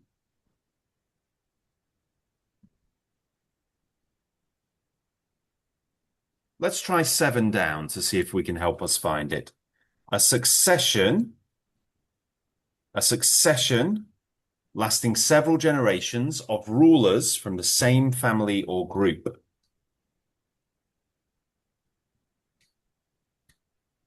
Dynasty. Dynasty. Well done. Very good. Now let's see if that helps us. So we've got 6 across, something D, and it means incapable of being removed or obliterated. Indelible.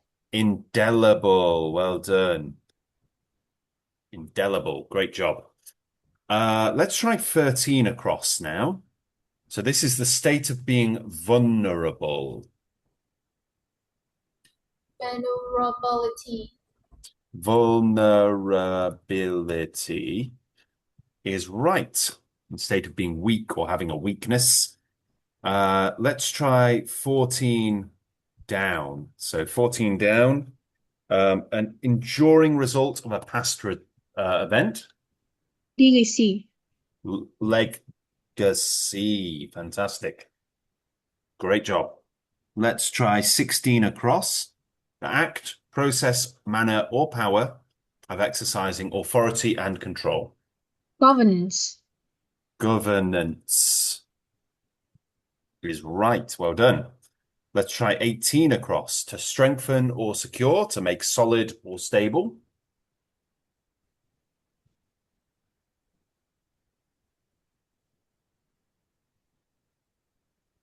Consolidate. Consolidate.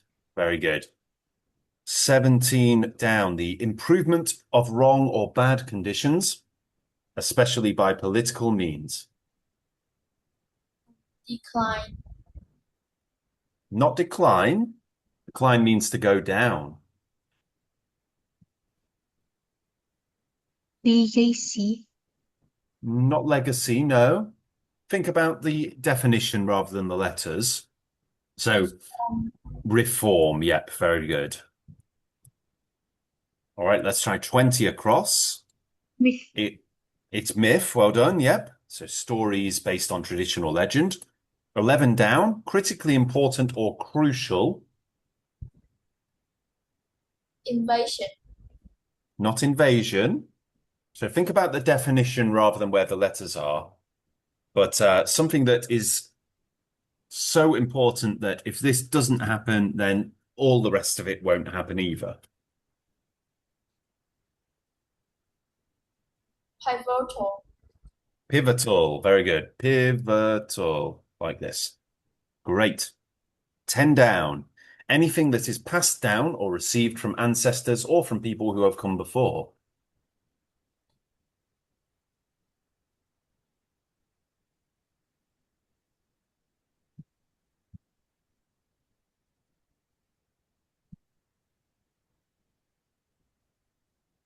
What do we think? Legacy. Legacy. Very good. 9 down. To grow weaker or diminish gradually. Decline. Decline. Well done. 12 down. Anything contributed or created by someone who is no longer living and active, which continues to be of influence or impact.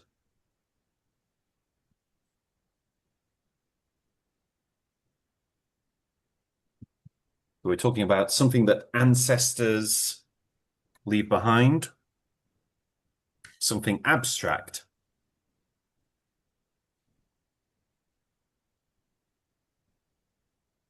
Pivotal. No, not pivotal. Think about the thing that is left behind, the stories that are left behind. Legacy. Legacy, very good. Okay, let's try 15 down. Having meaning, meaningful.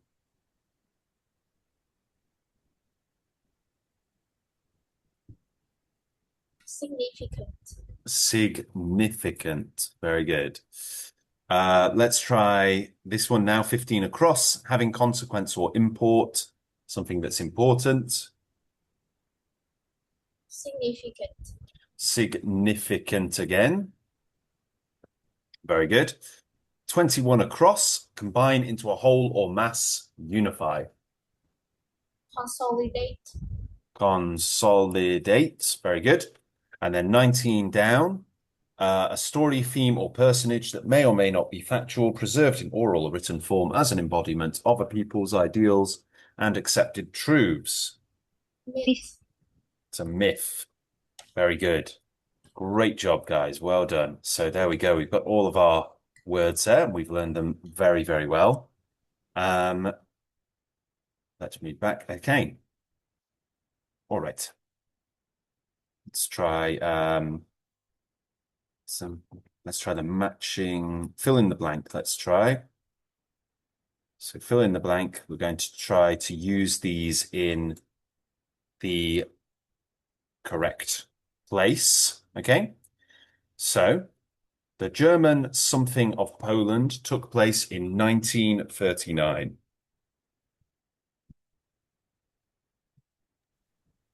Myth. Not myth. So Germany went into Poland without Poland's permission. They were not Legacy. wanted. Sorry? Legacy. Not legacy. This is talking about the beginning of World War II, where Germany, the German army, went into Poland and they were not supposed to be there. They were not allowed there. Indelible. No, it's not indelible. Invasion. Invasion. Very good. The invasion, because the German army went into Poland and they were not allowed to go in there. They were not welcomed by Poland. It was invasion. According to the Greek something, Prometheus stole fire from the gods and gave it to man. Myth. That's a Greek myth. Very good. But Prometheus, yep, a very old Greek myth about somebody called Prometheus who stole fire and gave it to the humans and was punished by the gods afterwards. Something ink. So ink is what is in pens, of course. Indelible. Indelible ink. So this is ink you cannot remove. Permanent ink. Very good. It was a small but something victory as it gave the troops the confidence they needed to battle on. Invasion. Significant. Say that again, sorry. Significant. It could indeed be significant. And there's another word you could use. It's not actually up here, but there is another word that could work too. Any idea what that word could be? It's not one of the words you can see on screen. Begins with a P.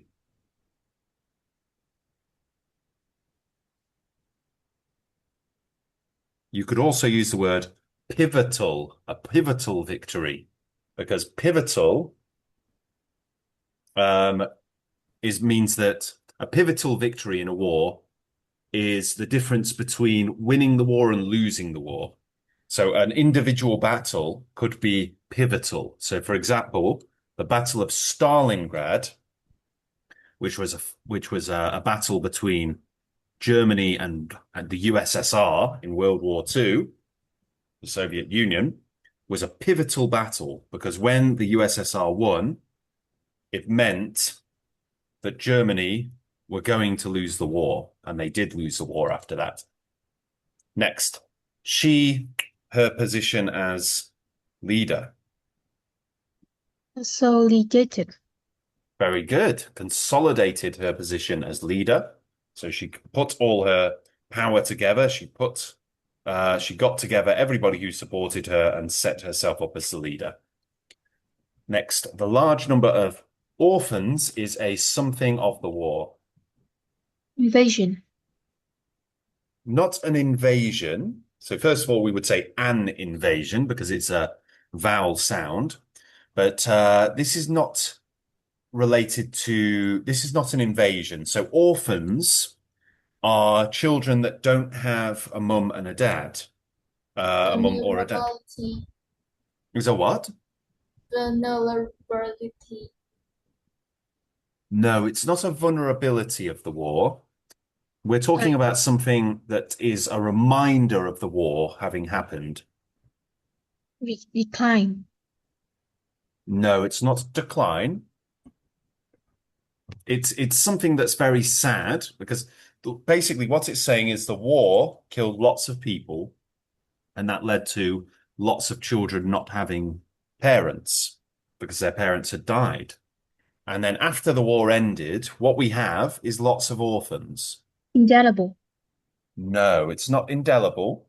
This is what we need is a noun, okay? Legacy. Legacy, yep.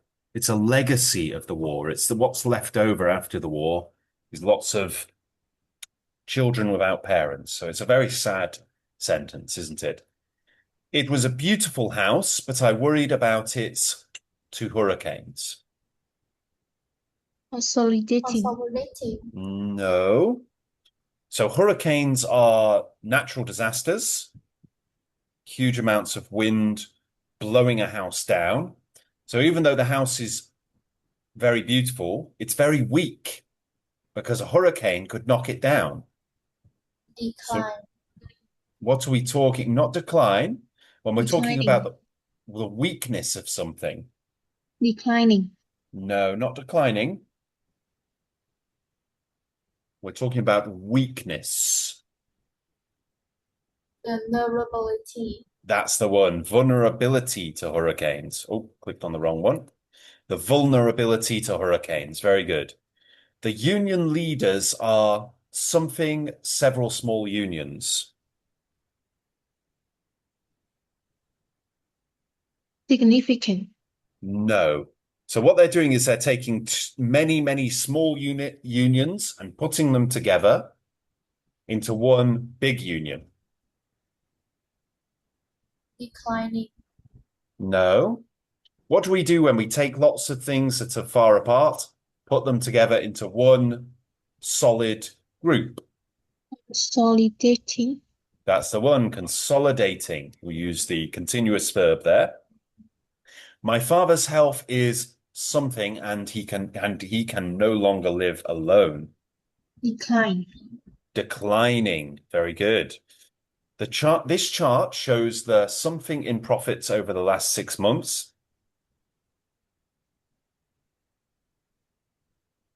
So profits have gone down.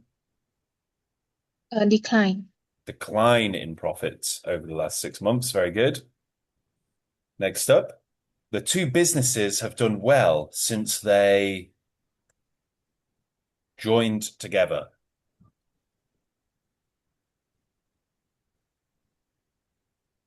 Consolidated. Consolidated. Very good. There are various surrounding King Arthur. Humble. Not humble. Myth. King Arthur myths. Yeah, well done. King Arthur is a mythical king of the Britons. Probably didn't really exist. His fortune has, in recent years, declined in recent years. Very good. He was the son of the famed assassin, and his father's something haunted him all his life. Indelible. Not indelible. Indelible is an adjective. We need a noun.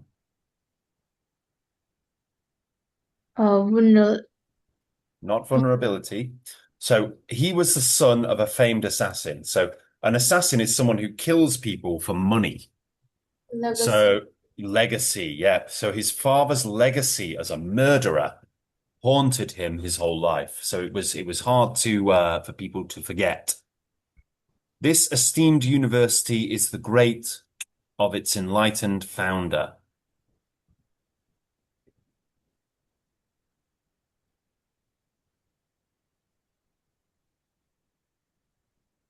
Legacy.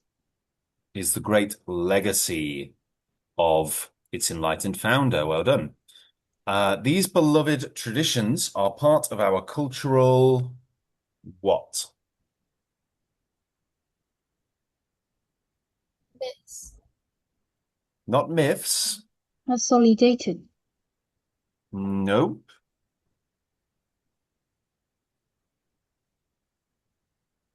Legacy.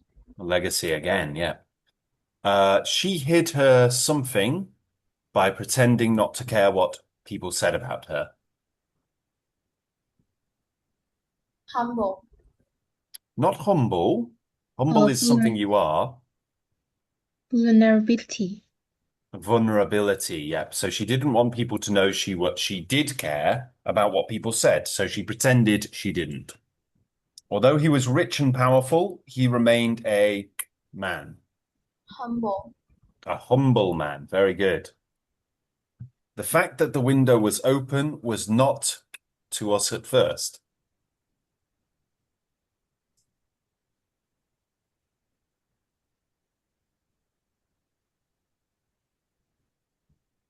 Consolidated. No.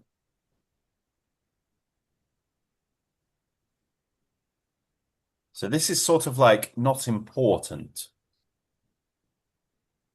The fact that the window was open was not important. Significant. Significant. Significant to us at first. Very good. He was still tortured by memories of the war. Indelible. Indelible memories. Memories he can't forget. Right, very good. Let's try these last three now.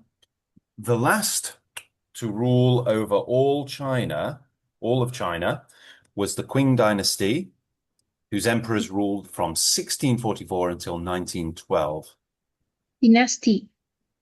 The last dynasty, yeah, or dynasty. The introduction of the term rock and roll, is part of famous disc jockey Alan Freed. Pivotal. Not pivotal. Legacy. The legacy, yep, very good. The thing that he had left behind is this term, rock and roll. The role that he played in the negotiations was Significant. yes, but pivotal is better. So it could be significant, but pivotal, because pivotal means that if it wasn't for the negotiations, then it wouldn't have worked. So it says here, little would have been achieved. So it was pivotal that he played this role in the negotiations. Other than price, there is no difference between these products. Significant. Significant difference. Fantastic. All right, that's really good, you guys. You're doing really, really well. Now, obviously, there are lots of other games that you can play on here to learn some more of the vocabulary. Okay, so if you do want to learn a bit more, then you can do it that way. We'll finish the lesson there, and we'll continue with that in another lesson. Okay. So before we stop, is there anything else that I can help you with? Anything I can go over with you at all? I think no. Okay. All right, guys. Well, we'll finish there then. And thank you for joining the lesson today. And I'll see you again soon. Bye-bye for now then. Take care. Teacher. Goodbye, teacher. Goodbye, guys. Bye-bye. Goodbye, teacher. Goodbye. Goodbye. Take care. Bye-bye, everyone.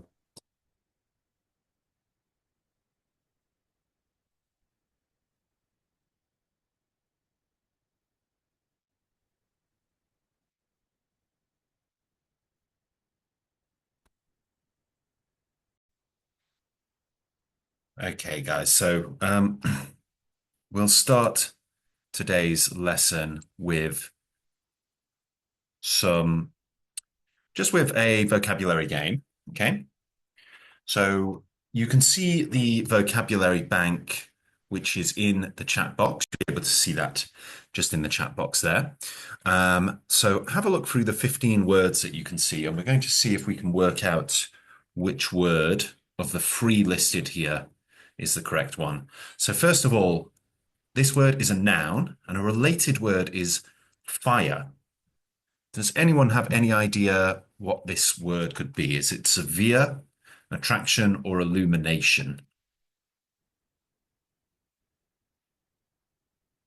Not sure? Let's have a clue. So another similar word, a similar word is light.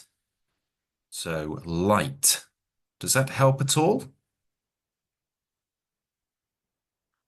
So we've got illumination, attraction, and severe. Let's try another clue, shall we? Okay. So an antonym, an opposite word, is ignorance. And let's try the last one. Okay, the definition here, the act of illuminating or the state of being illuminated. So some big clues there. Any ideas, guys?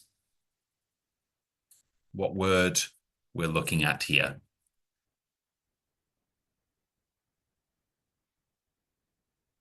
Just say the word that you think. Don't worry if you get things wrong. It's okay just to try and have a guess.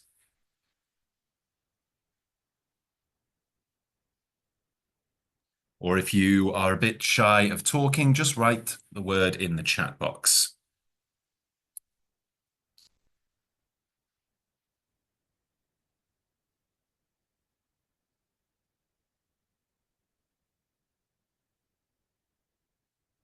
Any ideas, you guys? Okay, we've got one word in the chat box from Chi, and that's the word illumination. Yeah, so illumination is the act of illuminating or being illuminated, basically lighting something up. It also has a more abstract definition, the opposite of ignorance. So essentially, knowledge. Well done, you guys. Let's try another one. So next we have a noun.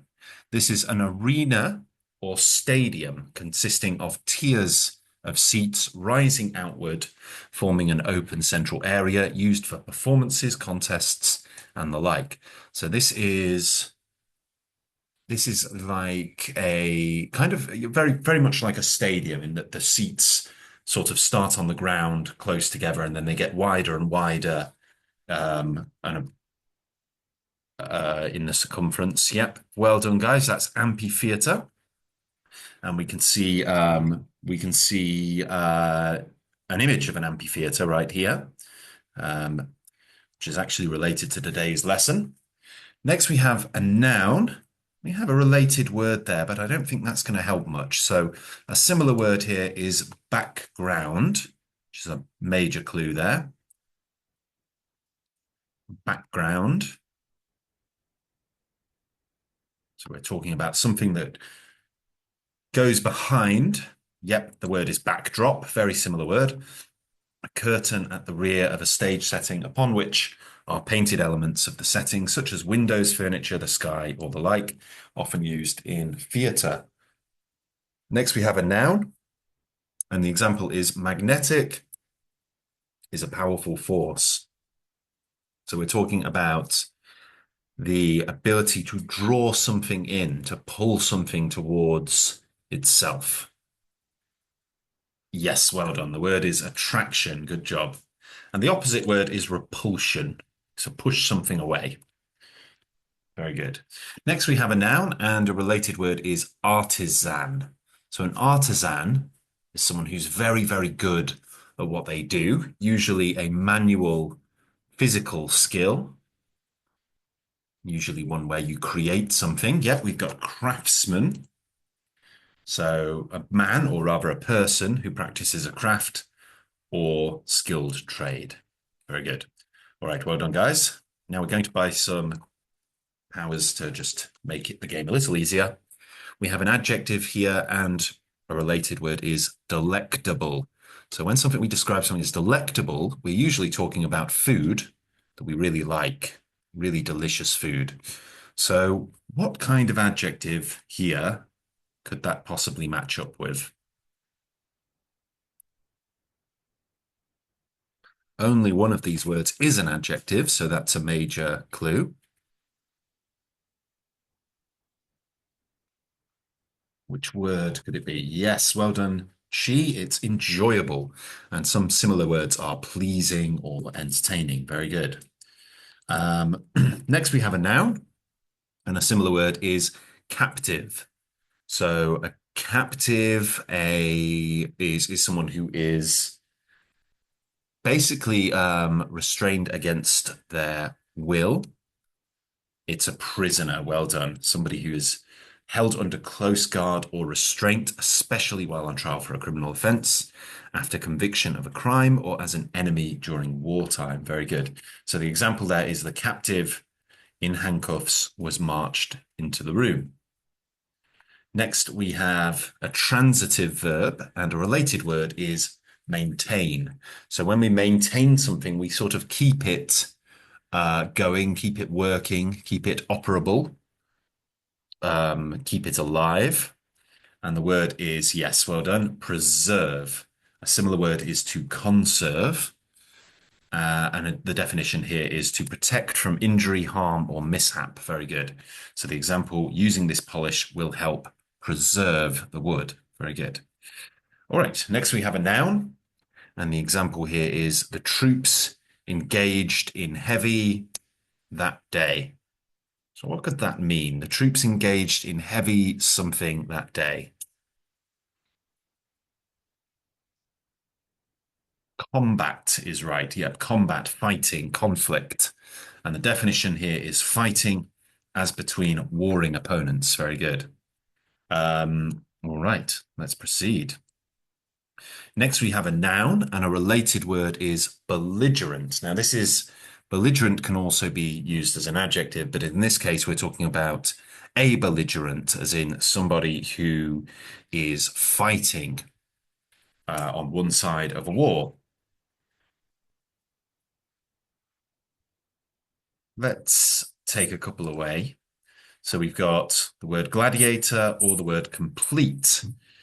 So I'm going to tell you guys it's the word gladiator. So a gladiator was a man in ancient Rome who fought, sometimes to the death, not often actually, but sometimes to the death, and usually under compulsion for the amusement of an audience. Okay. All right. Let's take one more reveal. Let's have a look at this next word. It's an adjective. A mechanic needs a something set of auto wrenches. A mechanic needs a something set of auto wrenches.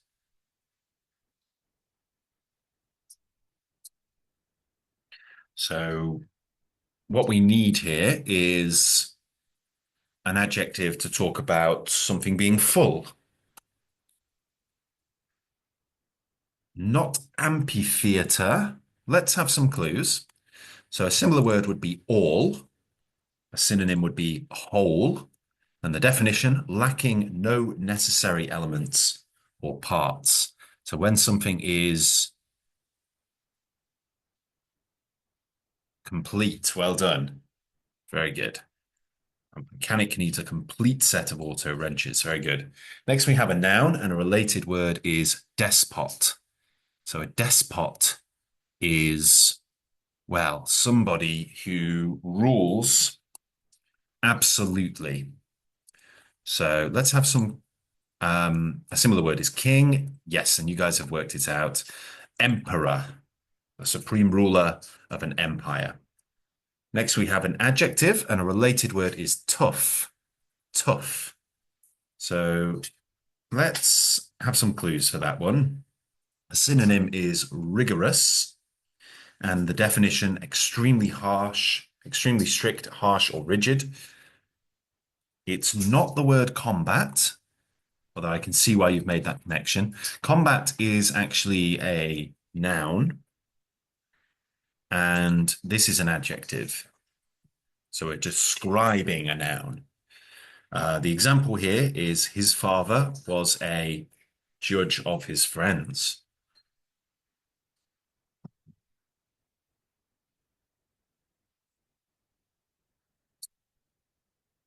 Yes, well done. A severe judge of his friends. Fantastic.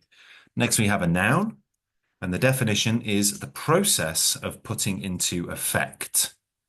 So we're talking about making something work, sort of pressing the green light on something, making it work, beginning with something. Now, this word is also the act of, well, killing somebody through in a legal way. When somebody is executed, their life is ended in accordance with the law. So execution is also the process of putting into effect.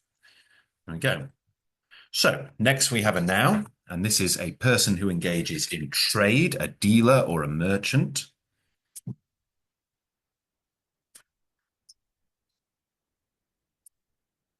Very good. A trader, a merchant or a middleman. Very good. All right, great stuff, guys. Well done. We're doing well. That's level 4 we're up to. We've finished that now. Now let's try using these words in context. Okay, those are definitions. So let's go through the definitions first, and then we'll try some context stuff. So amphitheater is the answer 1, 2, 3, or 4. You can just write the number. Which one is the correct answer here for amphitheater? Yes, it's an arena or stadium consisting of tiers of seats. Very good. Next, we have attraction. What is attraction? And again, just write the number. You don't have to write out the whole definition. It's the power of attracting, the power of drawing people in. Well done, guys. Next, we have backdrop. So backdrop, what do we mean by backdrop?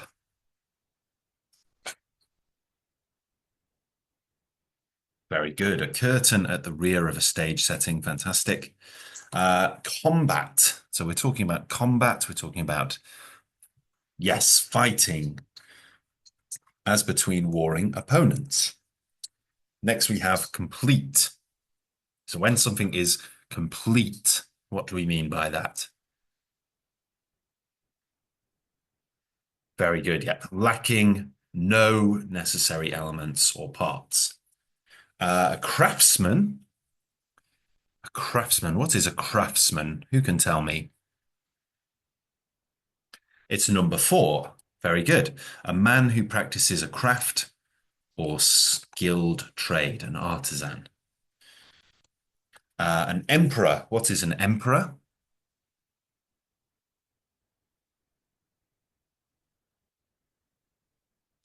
That is the supreme male ruler of an empire. If it's female, we would have the word empress. Enjoyable. What definition goes with the word enjoyable?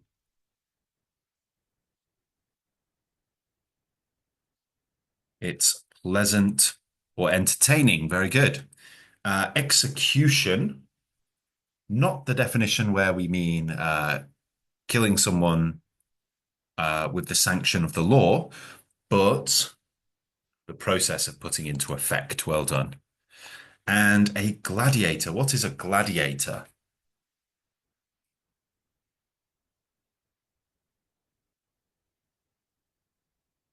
Well done, guys. A man in ancient Rome who fought often to the death and usually under compulsion for the amusement of an audience.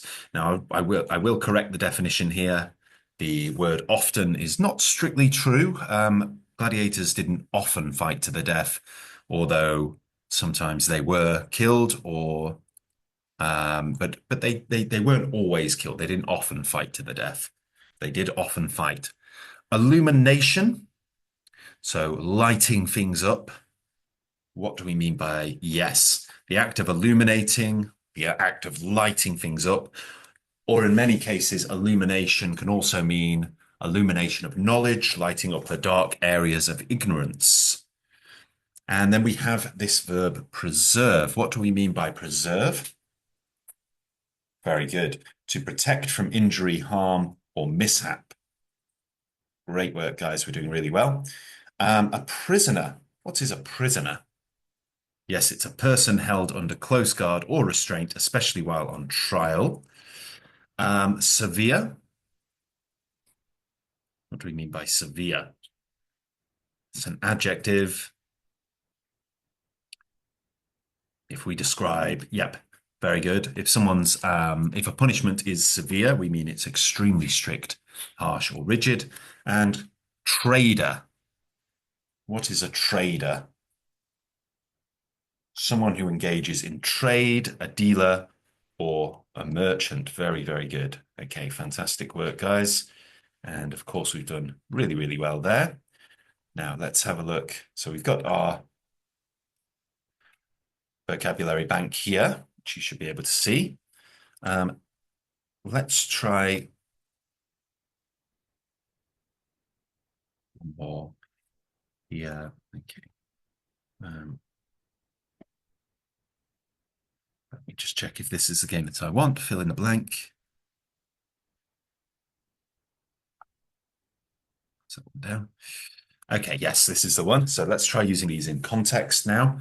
So she prayed that the children would be from harm. So now we're going to have to write in the full word. She prayed that the children would be from harm.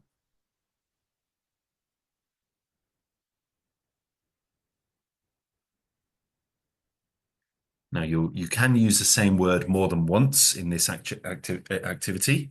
It's not the word severe. Severe is an adjective. We need a past tense verb because we can see here this says prayed, which is past tense. Yes, so the word is preserved. Now remember, guys, there might be different forms of the same word, like prisoner and prisoners, or the same word may be used more than once.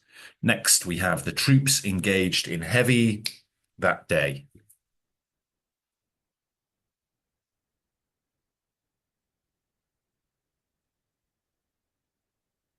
Troops engaged in heavy something that day. So this is actually a noun referring to fighting. Troops are soldiers.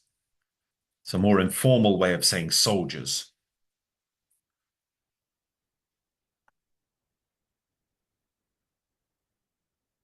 Not sure? Not execution. Let's try number 3. Let's see if we'll come back to that one. So magnetic is a powerful force. So this is the force of drawing things in, pulling something towards. It's attraction. Well done. Magnetic attraction is a powerful force. His father was a judge of his friends.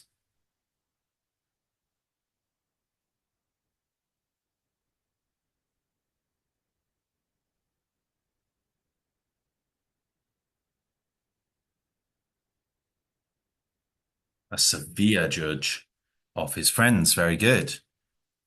So very harsh, very strict. A mechanic needs a set of auto wrenches.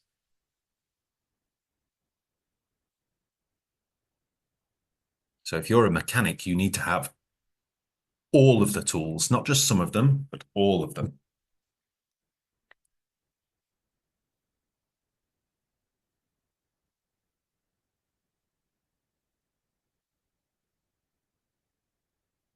Not sure?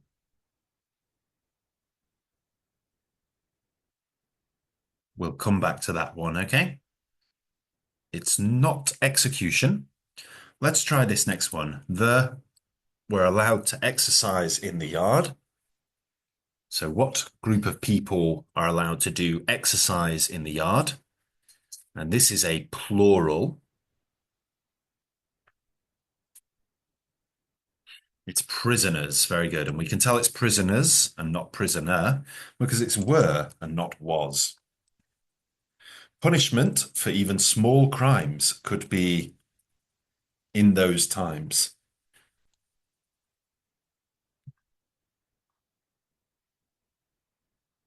So this is an adjective to describe the punishment. It's not combat. Punishment for small crimes could be combat. So that doesn't really work. Combat isn't often used as a punishment. It has been historically sometimes, but not commonly. What we want really is an adjective, not a noun, to describe the punishment and how bad it was.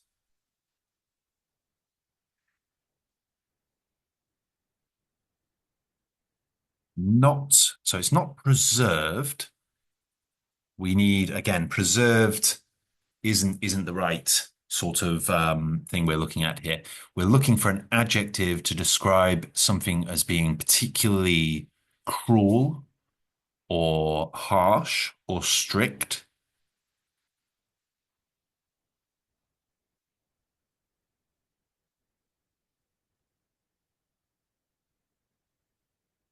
Let's come back to that one. Okay. Number 8, the in handcuffs was marched into the room. Now pay attention to this bit. Was marched, not were marched. So that means we need a singular noun. Prisoner. Very good. Next one. The Allied were housed in rough barracks. Now, barracks are like the houses that soldiers stay in temporarily in the army.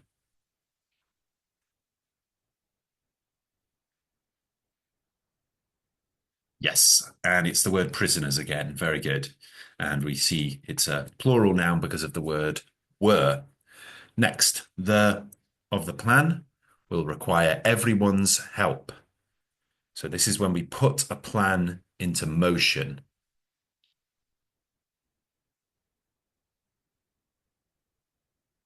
Not complete. Completion of the plan would be okay, but this is not there isn't a word completion up there, so we've just got complete. That's not the one. Execution, well done, is the right one. The execution of the plan will require everyone's help. Right, let's try this one again. So the troops engaged in heavy something that day. The troops engaged in heavy. The word means fighting. Yes, it's combat. Well done. And then a mechanic needs a set of auto wrenches. A complete set of auto wrenches. Very good. Oh, let me put that in properly. Fantastic work, everyone. Oh, well, there's one more. Punishment for even small crimes could be in those days. So we're thinking of cruel punishment, strict punishment, very nasty punishment.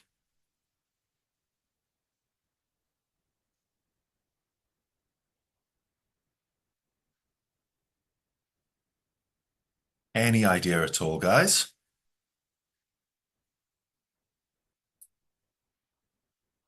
The answer is severe. Severe. We're describing the punishment, the noun punishment, as severe, adjective severe. Okay, let's try the last 4 now. It was a beautiful evening for a concert in the outdoor something.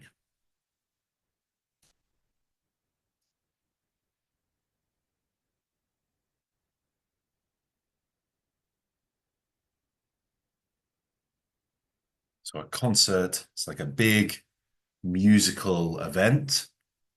Amphitheater, very good. Kind of like a stadium. Using this polish will help the wood.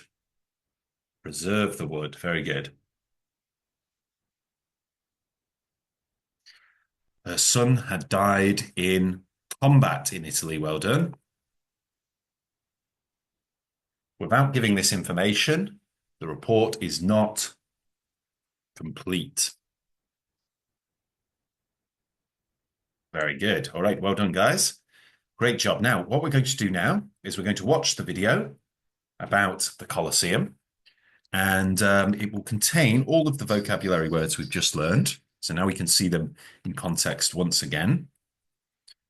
on the Stacks English IELTS Master Course. So let's watch that from the beginning. I'll put the subtitles on too.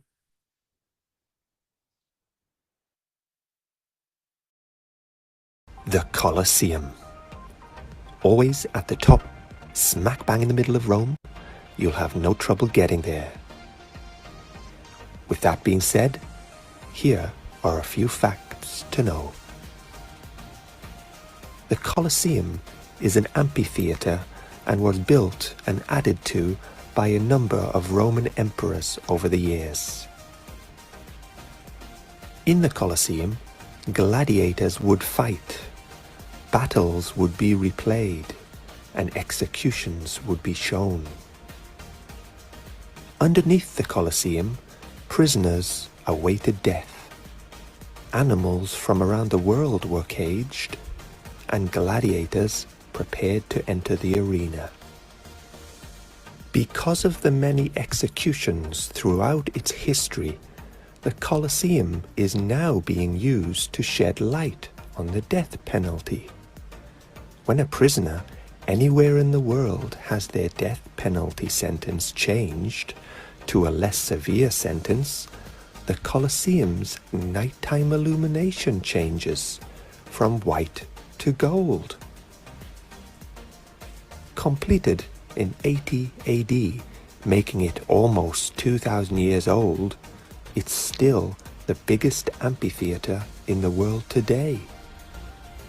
Despite its almost 2,000-year history, combat entertainment only took place for about a quarter of that time. For most of its recent history, it was used in many different ways. Traders, artists, and craftsmen worked there. People would pray there, and it was even used as a place to bury people. Now it's being preserved and is only being used as a tourist attraction. However, some up to various shows and events.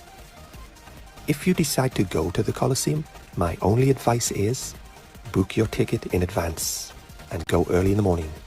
That way you'll have less waiting time and a more enjoyable visit. Hopefully, these simple facts will inspire you to learn more about the colossal history of the Colosseum. Thanks for watching. Please. Okay, guys. All right. So let's go through some quiz questions related to the Colosseum. So let's try these 8 questions. So first of all, what do we mean by smack bang in the middle? What does smack bang in the middle mean? Write your answer in the chat box or say it out loud.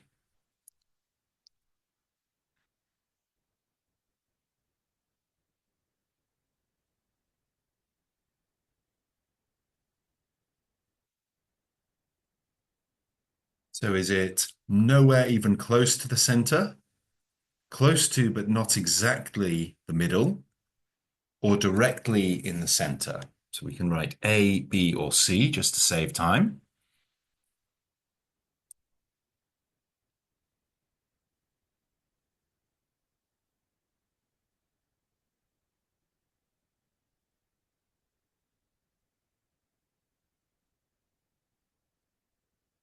So it means directly in the center. Well done.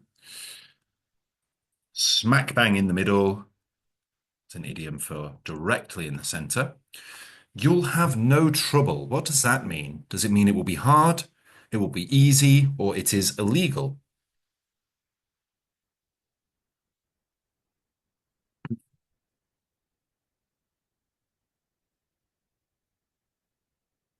Means it will be easy. You'll have no trouble. Means it will be easy. Okay. What does shed light on? What does that mean?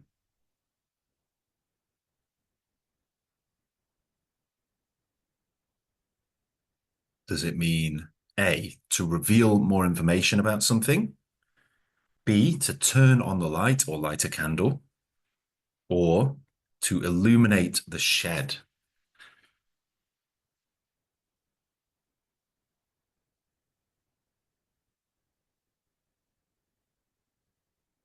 What do you think? A, B, or C? It means to reveal more information about something. Well done.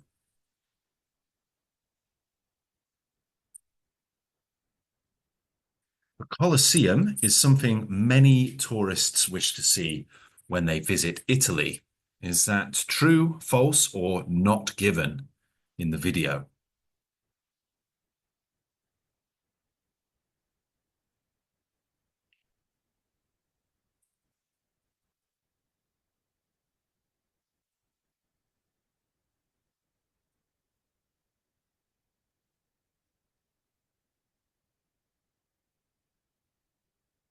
What do we think? True, false, or not given?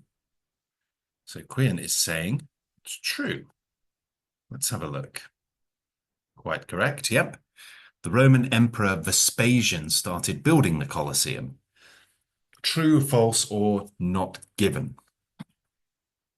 Now remember, when we do an IELTS reading test, we have to listen for information that is given or information that is contradicted and directly said to be false, or we also ought to check whether the information is there at all, any information about it. So even if you know something to be true, or know something to be false, or believe something to be true, or believe something to be false, that doesn't necessarily mean that you should put true or false. It might be not given. And in this case, there's nothing about the Roman Emperor Vespasian. And you can check the text by looking for the word Vespasian, because you can't really change that to anything else. You can't change the meaning of that word to any kind of synonym because it's a proper noun. So question 6, gladiators fought, battles were reimagined, and executions occurred in the Colosseum. Is that true, false, or not given?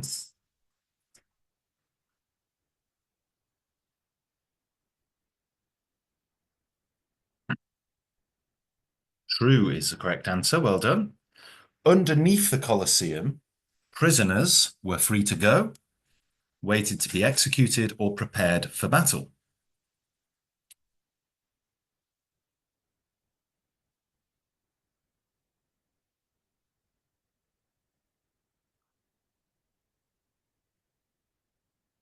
What do we think? Waited to be executed is correct answer. Well done. And underneath the Colosseum, animals from around the world were locked up, fighting gladiators or awaiting execution.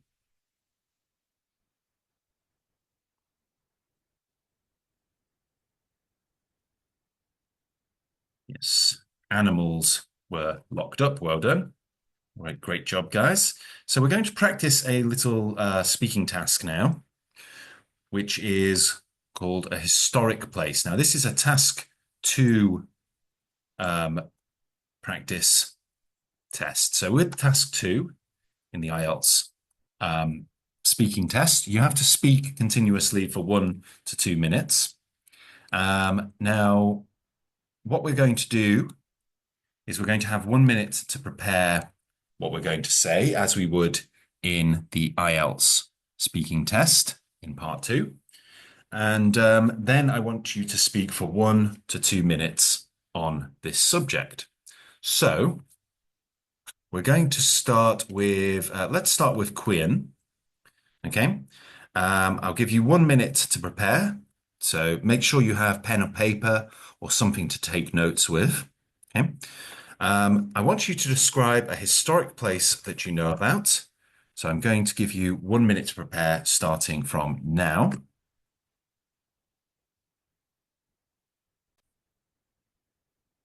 Okay, if you could begin speaking now. Okay.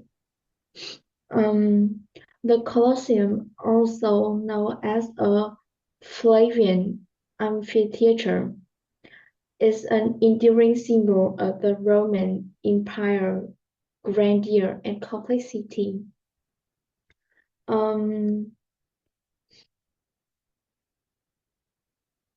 Located in the heart of Rome, it was commissioned by Emperor Vespasian of the Flavian dynasty around 70 AD and completed by his son, Emperor Titus, in 80 AD.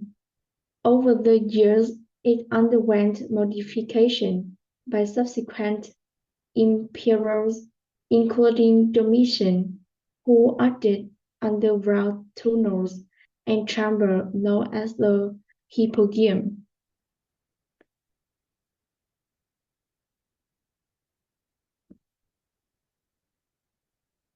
Okay, so Quian, the aim of part two is to be able to speak about the subject that's presented in your own words. Okay, so what I believe it sounded like you were doing there was reading from a text.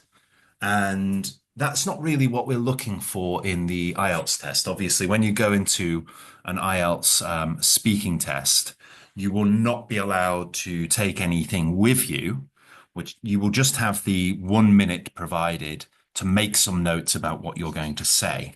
So some of the questions that you should answer would be, well, first of all, tell us about a historic place, what the place is, where it's located, and the significance of the place, and describe your experience of the place. It might be that you've never been to that place. That's okay. You can just talk about how you've maybe read about it, or something that you know about it, or maybe that you would like to go there one day. What we want to avoid when we're doing the IELTS speaking test, we want to avoid rehearsed answers. Okay. So we never know really what we're going to get. We can't be 100% sure what we're going to get. So trying to rehearse an answer for an IELTS speaking test is not going to work really. So what we want to do ideally is just to talk about a place continuously for 1 to 2 minutes, answer some questions about it, and not I don't want you to sort of look something up and read it to me word for word, because it's quite clear to an examiner when someone is doing that, because there will be, first of all, the grammar is usually flawless, but not just flawless in a way that it's spoken flawlessly, that it appears to be written flawlessly as well. And it comes up the speaking itself comes off a little bit unnatural, because it is quite clear that the person is reading it. You understand? And they may use terms which they don't fully know. It doesn't really work, because once you get onto part three, it isn't just you speaking, it will be the examiner speaking as well. And it will be a bit more conversational. And at that point, the examiner may ask you questions about things that you've spoken about.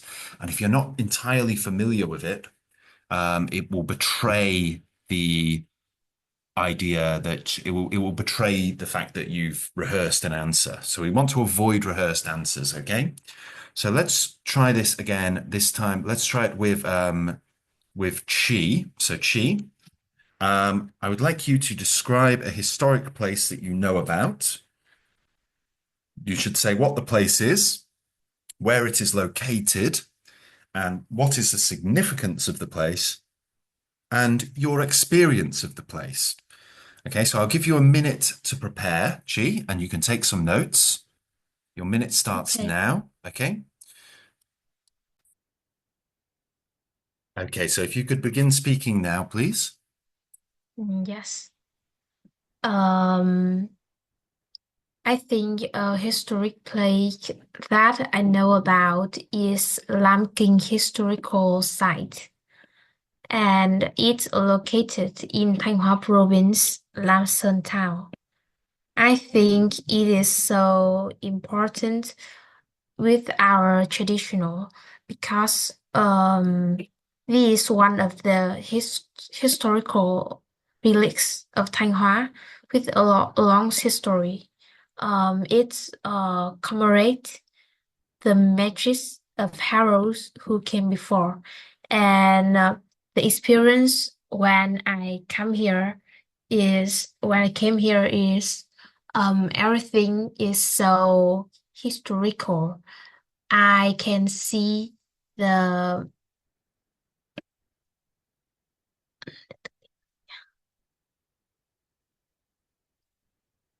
um, I can study a lot of experiments experience about the king, or I think that's okay. Okay, so you spoke there for a minute and a half, which is good.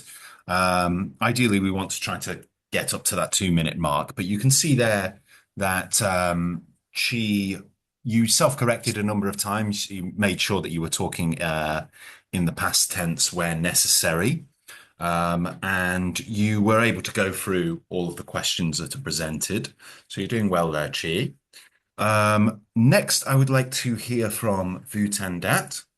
So I'd like you to take 1 minute to prepare and then speak for 1 to 2 minutes, ideally as close to 2 minutes as possible, about a historic place that you know about.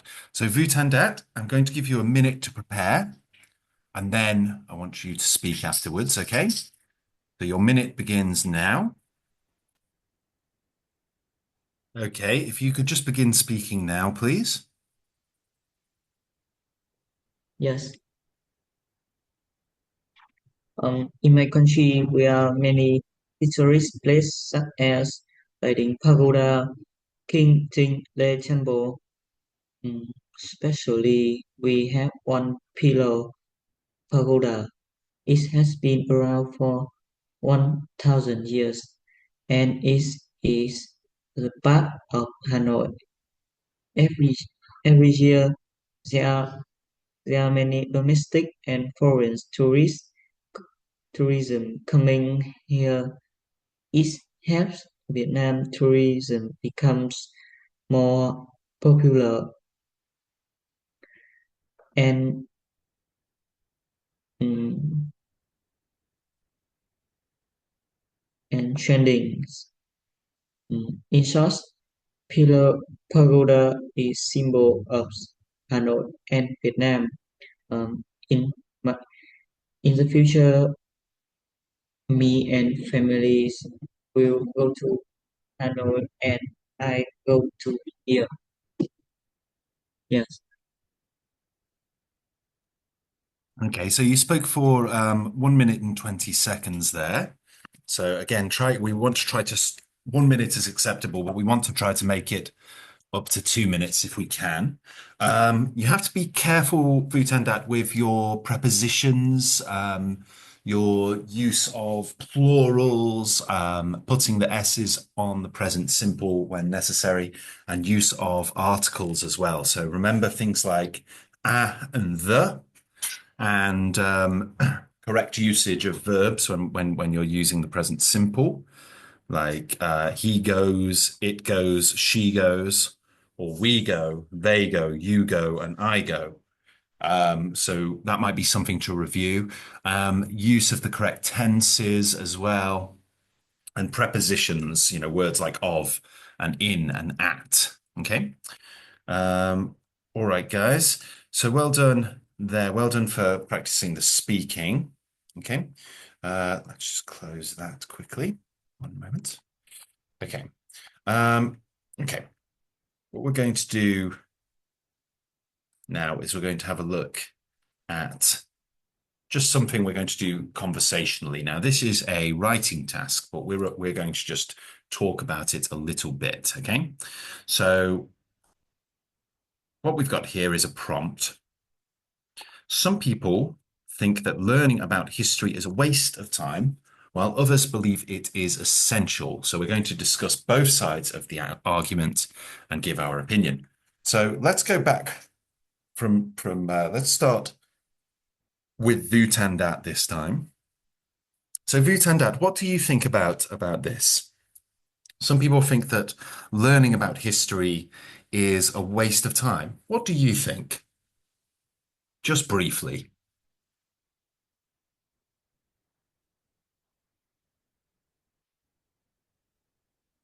Vutandat.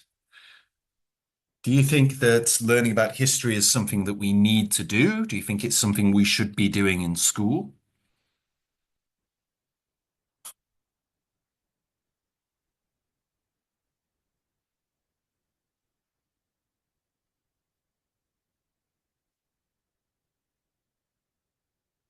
Vutandat, I need you to answer the question.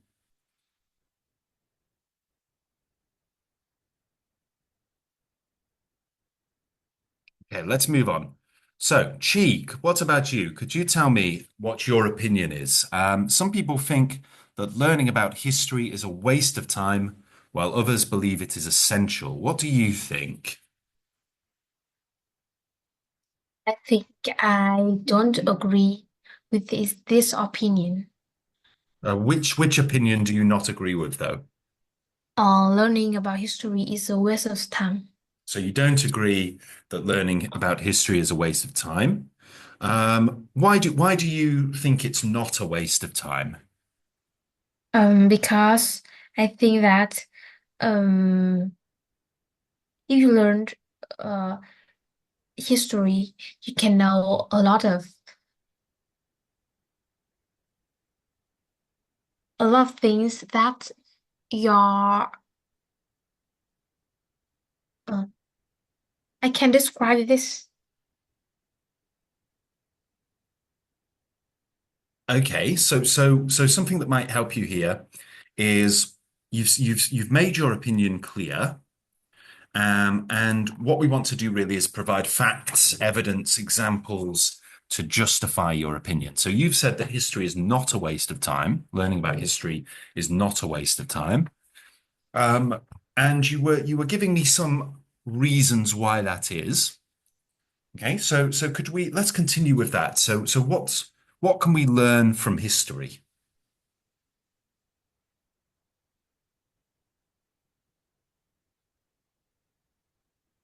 We can know a lot of knowledge in the past We can learn that yeah. um we can know a lot of knowledge in the past that can help us um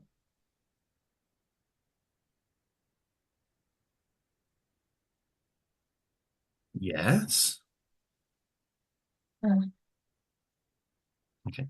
So we can learn a lot of knowledge from the past that can help us today to quite often we can learn mistakes that people have made in history, and we can use that as a blueprint to avoid making the same mistakes again. Thank you, Chi. Quinn, what is your opinion on this? Some people think that learning about history is a waste of time, whilst others believe it is essential. What do you think? Mm, um,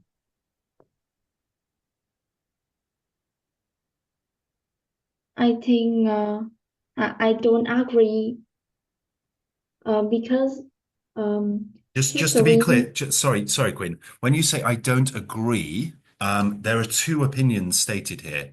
Do you disagree that it's essential, or do you disagree that it's a waste of time? So we have to be clear on which opinion we're supporting and which opinion we are disagreeing with. Um, I don't agree with some people think that learning about history is a waste of time. I don't agree Um, that learning about history is a waste of time. Okay. because history helps with critical thinking and provides context for the future. Very good. Okay, that's a good, very succinct, but well-worded answer. Provides critical thinking for the future. Okay. Now, one thing we can do, guys, to expand on our answers a little bit is to talk about the opposite point of view. Now, you don't have to persuade the examiner about the opposing opinion, but it's a good idea to show that you understand what the other side thinks. So we've all stated, and I agree with you guys too, that learning about history is important. I believe it is indeed essential. I don't believe it's a waste of time, and neither do you two.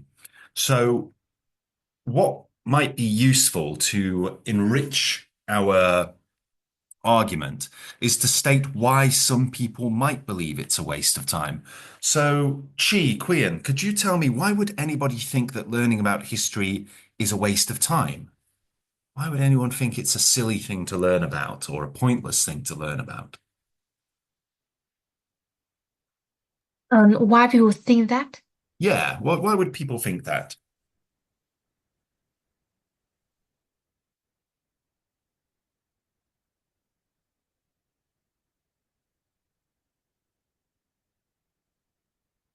So for me, I can venture one answer.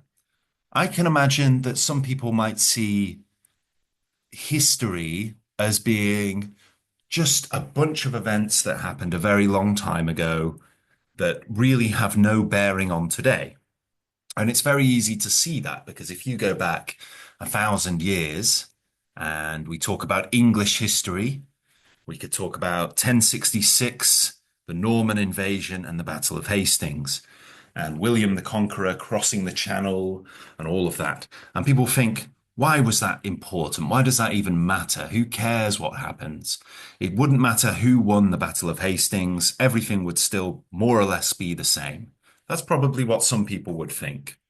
I personally believe they're very wrong. I think that those every event in history has had some sort of effect on what we have today. And it's very important to learn about history so that we can understand why things are the way they are today. But I can understand why some people might see it as being a waste of time or not relevant to their individual lives. What would you say, Quian? Why do you think anyone might think learning about history could be a waste of time? Um, I think it doesn't solve current problems. Focus on memorization and seem irre irrele and seem irrelevant to modern skill like technology or business. Very good. Yeah, so that's another strong argument for why learning about history is a waste of time, because people might say, why am I learning about something that happened 1,000 years ago? I want to learn about something relevant to my life right now. So that's another good argument to state the opposing point of view. Yeah. All right, guys, we're going to have to finish there. So is there anything else I can help you with or anything I can go through with you before we finish? I think no. Okay. No. All right, guys. Well, if you need anything, send me an email or message me. Okay. All right. Bye bye for now, guys. Bye bye. Bye teacher. Bye bye. Goodbye, teacher. Bye bye, everyone. Take care.